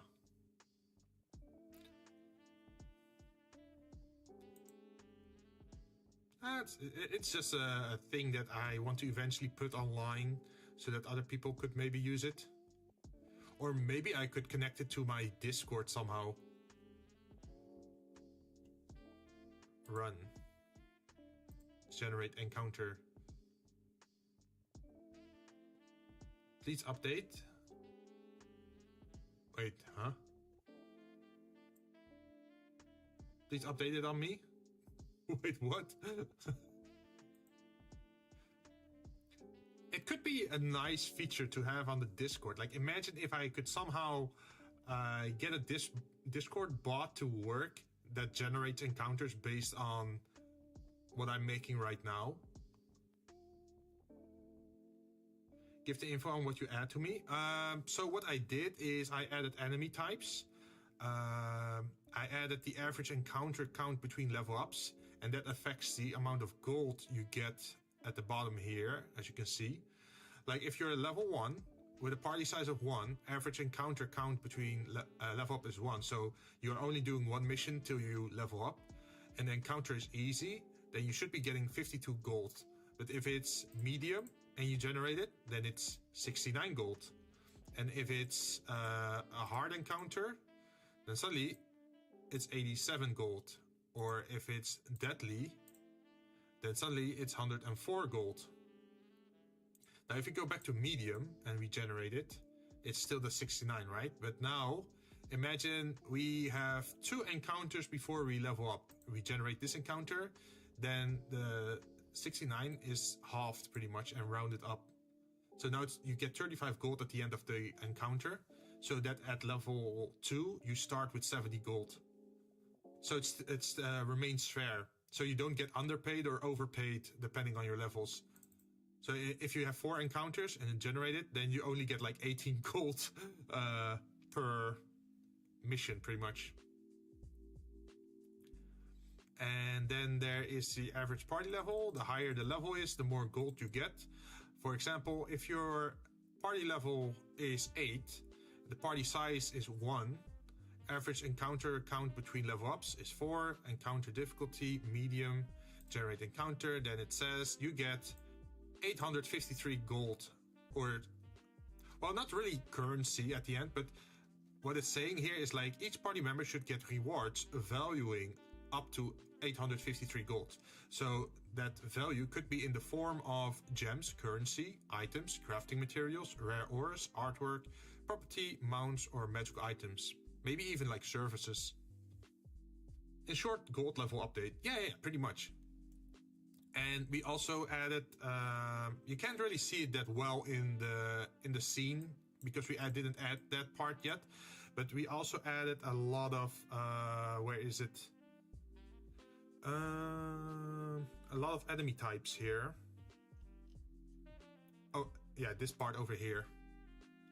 So now, whenever I call upon an enemy type, this is one of the options. So you could say like, oh, the farm is under attack by zombies under the control of a mighty leech, or the farm is under attack by cultists, or the farm is under attack by bandits, kidnappers, drug dealers, or animal poachers. Perhaps they're under attack by devils or golems under the control of sorcerers. Like random generation, right? I wonder would you add books or tome that can boost stats permanently? I think that fits under magical item, right? Because at the bottom over here it says each party member should get rewards valuing up to 853 gold. This could be in the form of, and then at the last bit it says magical items. And I think a book or a tome that permanently increases your stat would be a magic item, right? So imagine if there's a magic item that grants +2 to strength, for example, if you read it or use it, but the book is worth 2,500 gold. Then at that point you can't really get it as a reward yet because the value of that book is way too high. But now imagine we up the difficulty to deadly and then say, oh, this is a level 13 adventure or encounter. Then suddenly the value goes up to 6,790 gold.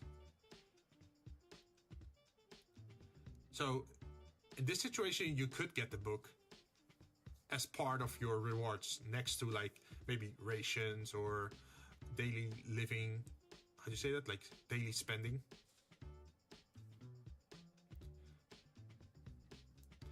Ooh, question. Should I add so at the top over here we have certain things you can fill in, right? So should we add in should we add in an option that you can fill in how many days you are traveling? So you could say like, oh, we're traveling for 7 days. And in those 7 days, you use up this much rations and you use up this much gold or something like that.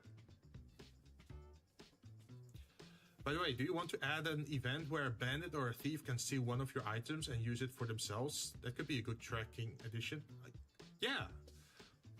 So I do want to add a thief to the generator in that, for example, there is Let's see a scenario. Let's imagine one. So let's see there is a traveler by the side of the road who has set up camp. He invites you to join their camp, so you can sit and eat together, right? But he spikes your food, so you're like knocked out or poisoned or unconscious, right? While you're unconscious, he steals like a magic item, like a random magic item from one of the people. And by the next morning that you wake up, he's gone. And that could result in a quest, or like not really a quest, but more like a dilemma, where they explain like, oh, you have to track and find this thief to get your item back. That could be an interesting thing. And if you can manage to find his cave or hideout, maybe you can even get another magic item, because maybe he has been stealing from other adventurers as well, right?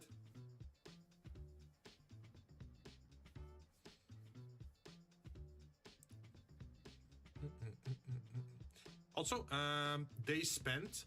We could do this day spent for rations if spent outside and settlements, but we could also add the gold cost per day for being at an inn or being at a, I don't know, like city, like daily living costs, because then you also have like expenses, right?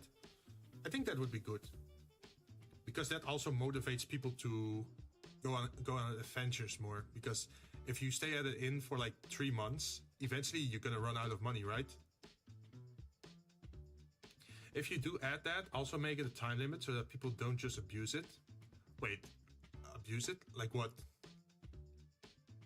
You're talking about the thief, or you're talking about staying inside the city?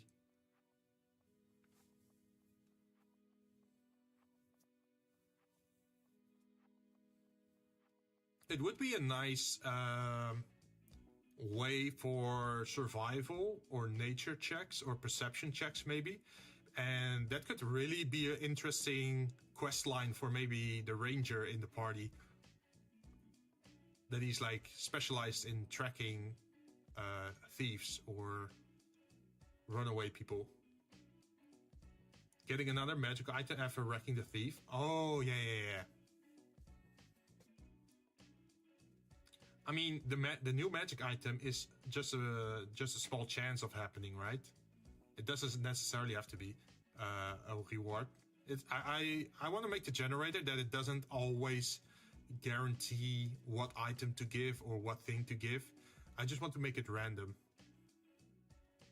And at the moment, the situation is pretty random already, because we have a lot of locations. There's a list up on the top here.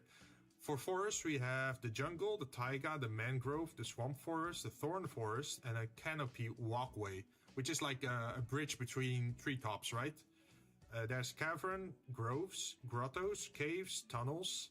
For mountain areas, there's volcano, canyon, rock wall, valley pass, and mountain trail, which is like a mountain road.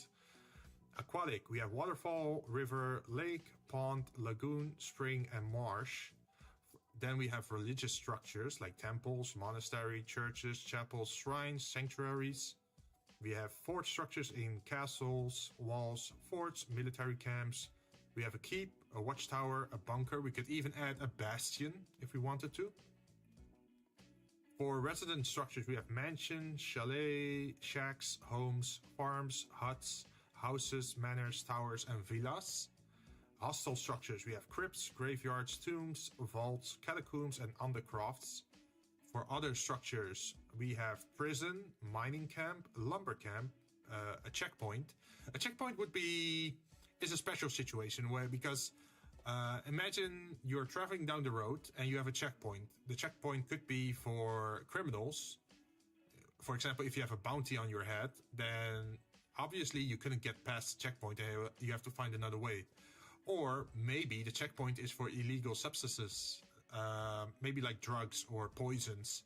So the road gets in trouble by owning that kind of stuff.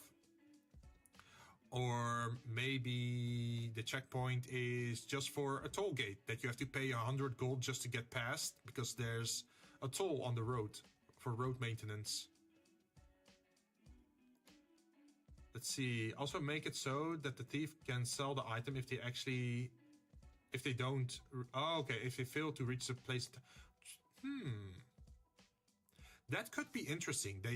In that situation, they lose their magic item, but they gain something of equal value back because then they own the money, right?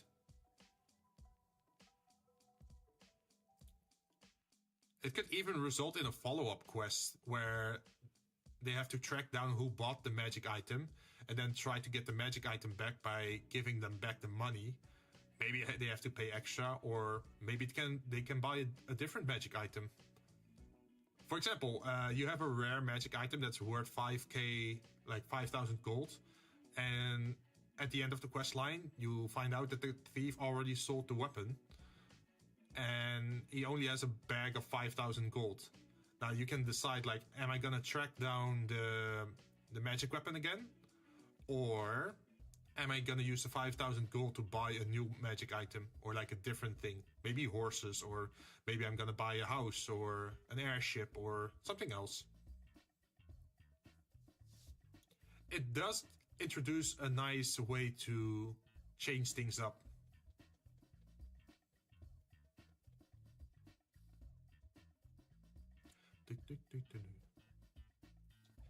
Ooh.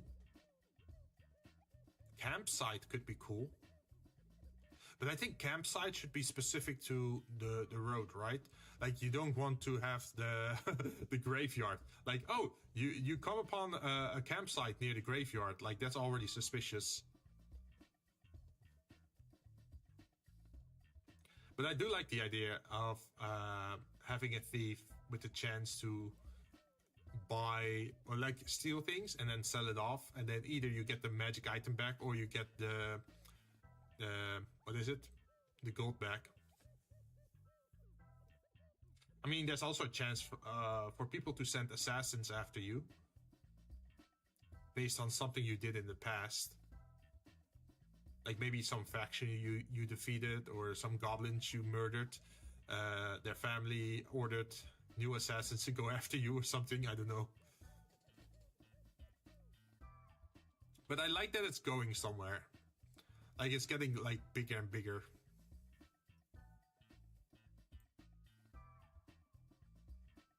Also, there's a limit to the width apparently. Thought there would be. We could make it wider. I think that would be the CSS then, right? The body, font size 28, text align, paragraph, container, margin top, max width. If we change the max width to 800, what happens? Run. Ooh, this looks better. Generate. Yeah, it makes it a little bit more wider, so this actually fits on one line.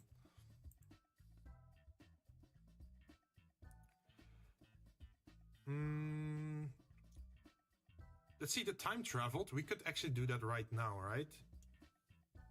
So party level.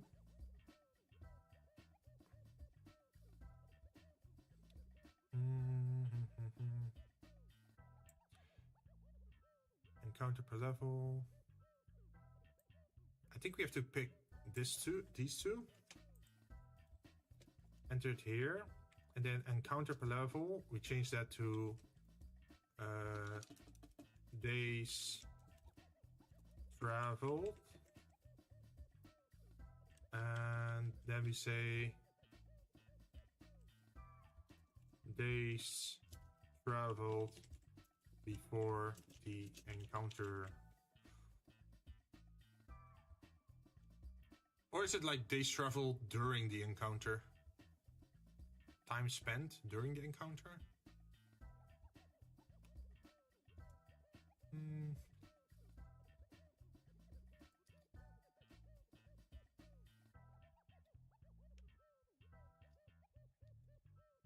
Days spent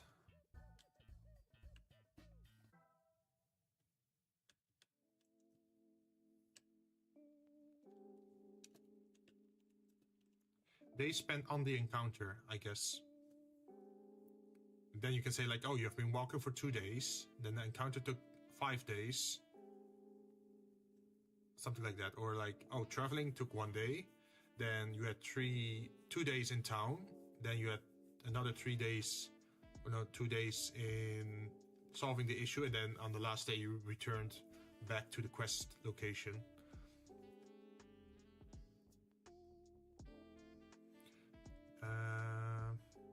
Days spent traveling. ID is days traveled. And that's this one.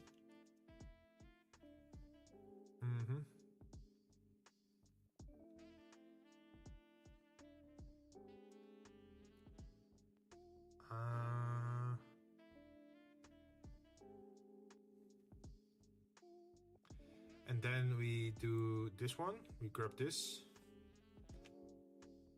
And then we say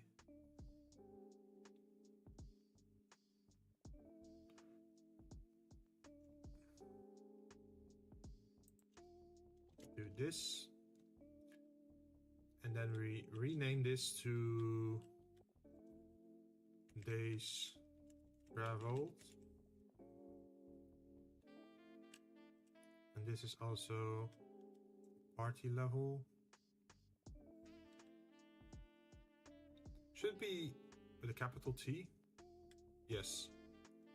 Days traveled should be equal to days traveled.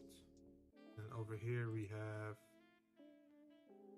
party level, encounter, days traveled with a big thing.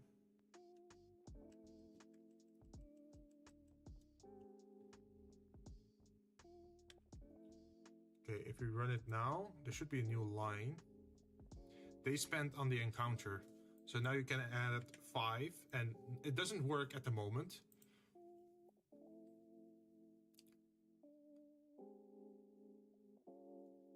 Yeah, it doesn't work. It doesn't add anything special yet, but at least we have the value now, and we can use that value in the future to say like, oh, you're using up this much rations.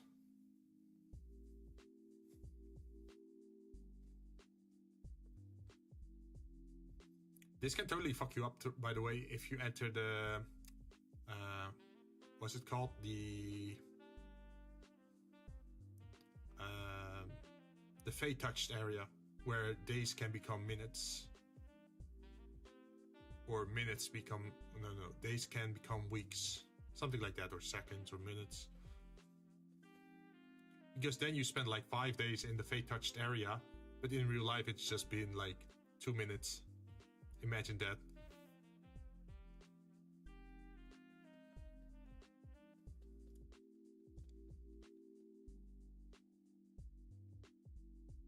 Days spent on the encounter.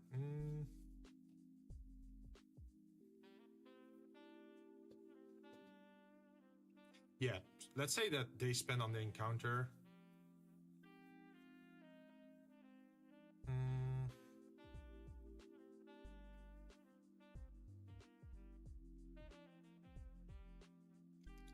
Should we call it like time limit?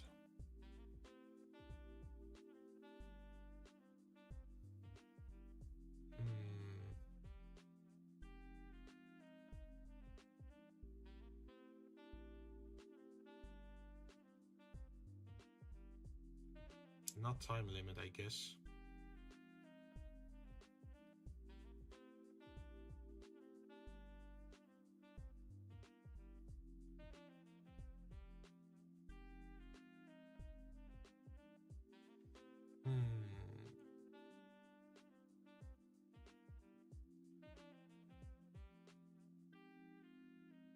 I don't know. I have to think about it. I'll come back to it later. I think we got pretty far today. I'm just gonna go select everything and save it locally. Index. And then we grab the CSS. I don't think the CSS changed though. Save it. save this, and then we also gonna grab the JavaScript and save that one. Okay, so now we have saved and we can actually close things up. The last thing that I wanted to talk about for today was Warframe, I think. So I've been indexing things that I got in Warframe over here. And I want to do a thing where I want to get to MR13, because if you reach MR13, you can order like a special reward button from the website for like 19 bucks, I think. And it's like a symbol of your mastery in the game. But that means we have to still play a lot and do a lot of these weapons. So maybe we're gonna start doing that sometime in the future. Maybe on a Thursday or something. Because we're also almost done with Dark Souls. So maybe we can do that instead of Dark Souls. We can just head into Warframe for a bit. Try to do a stream called like Road to MR30 or something. And we have to keep leveling weapons pretty much. I think that could work.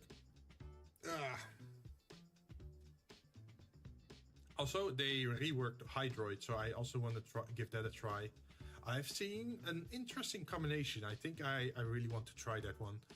It's where you subsume someone else's skill into V-roid, and because he already has like 100% armor reduction from his acid or corrosive stacks, plus viral damage.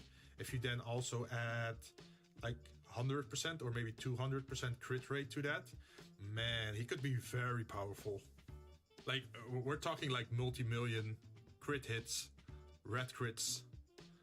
Because I have a very interesting melee weapon that is full crit. It has a 6 times crit damage multiplier.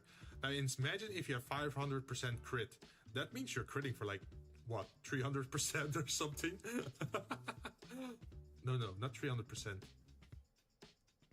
A factor 30. Yeah, I think it's like a factor 30. Something like that. So maybe we can try that out on like Warframe streams. Starting not this week, but next week. If we can finish Dark Souls, that is. It should be fun, right? And since Warframe is a co-op game, maybe we can invite other people, or maybe if people in chat also play Warframe, they can join me. We can just play together. Because it doesn't really matter, I just have to farm stuff, or acquire stuff and level stuff. So maybe I can even help some people. But for now, I am out. Thank you very much for watching again, and I'll be back again tomorrow with Dark Souls. Hope you have a great evening. Yeah, that's it. Oh, one last thing. Thursday, we are not having a stream because we are streaming on Friday and Saturday this week. Friday, we play with Karashin and John. And Saturday, we're playing with Mew Eclipse, Yuki Haru, and John, I think. So look forward to that. But for today, I'm out. Thank you very much for watching. Bye-bye.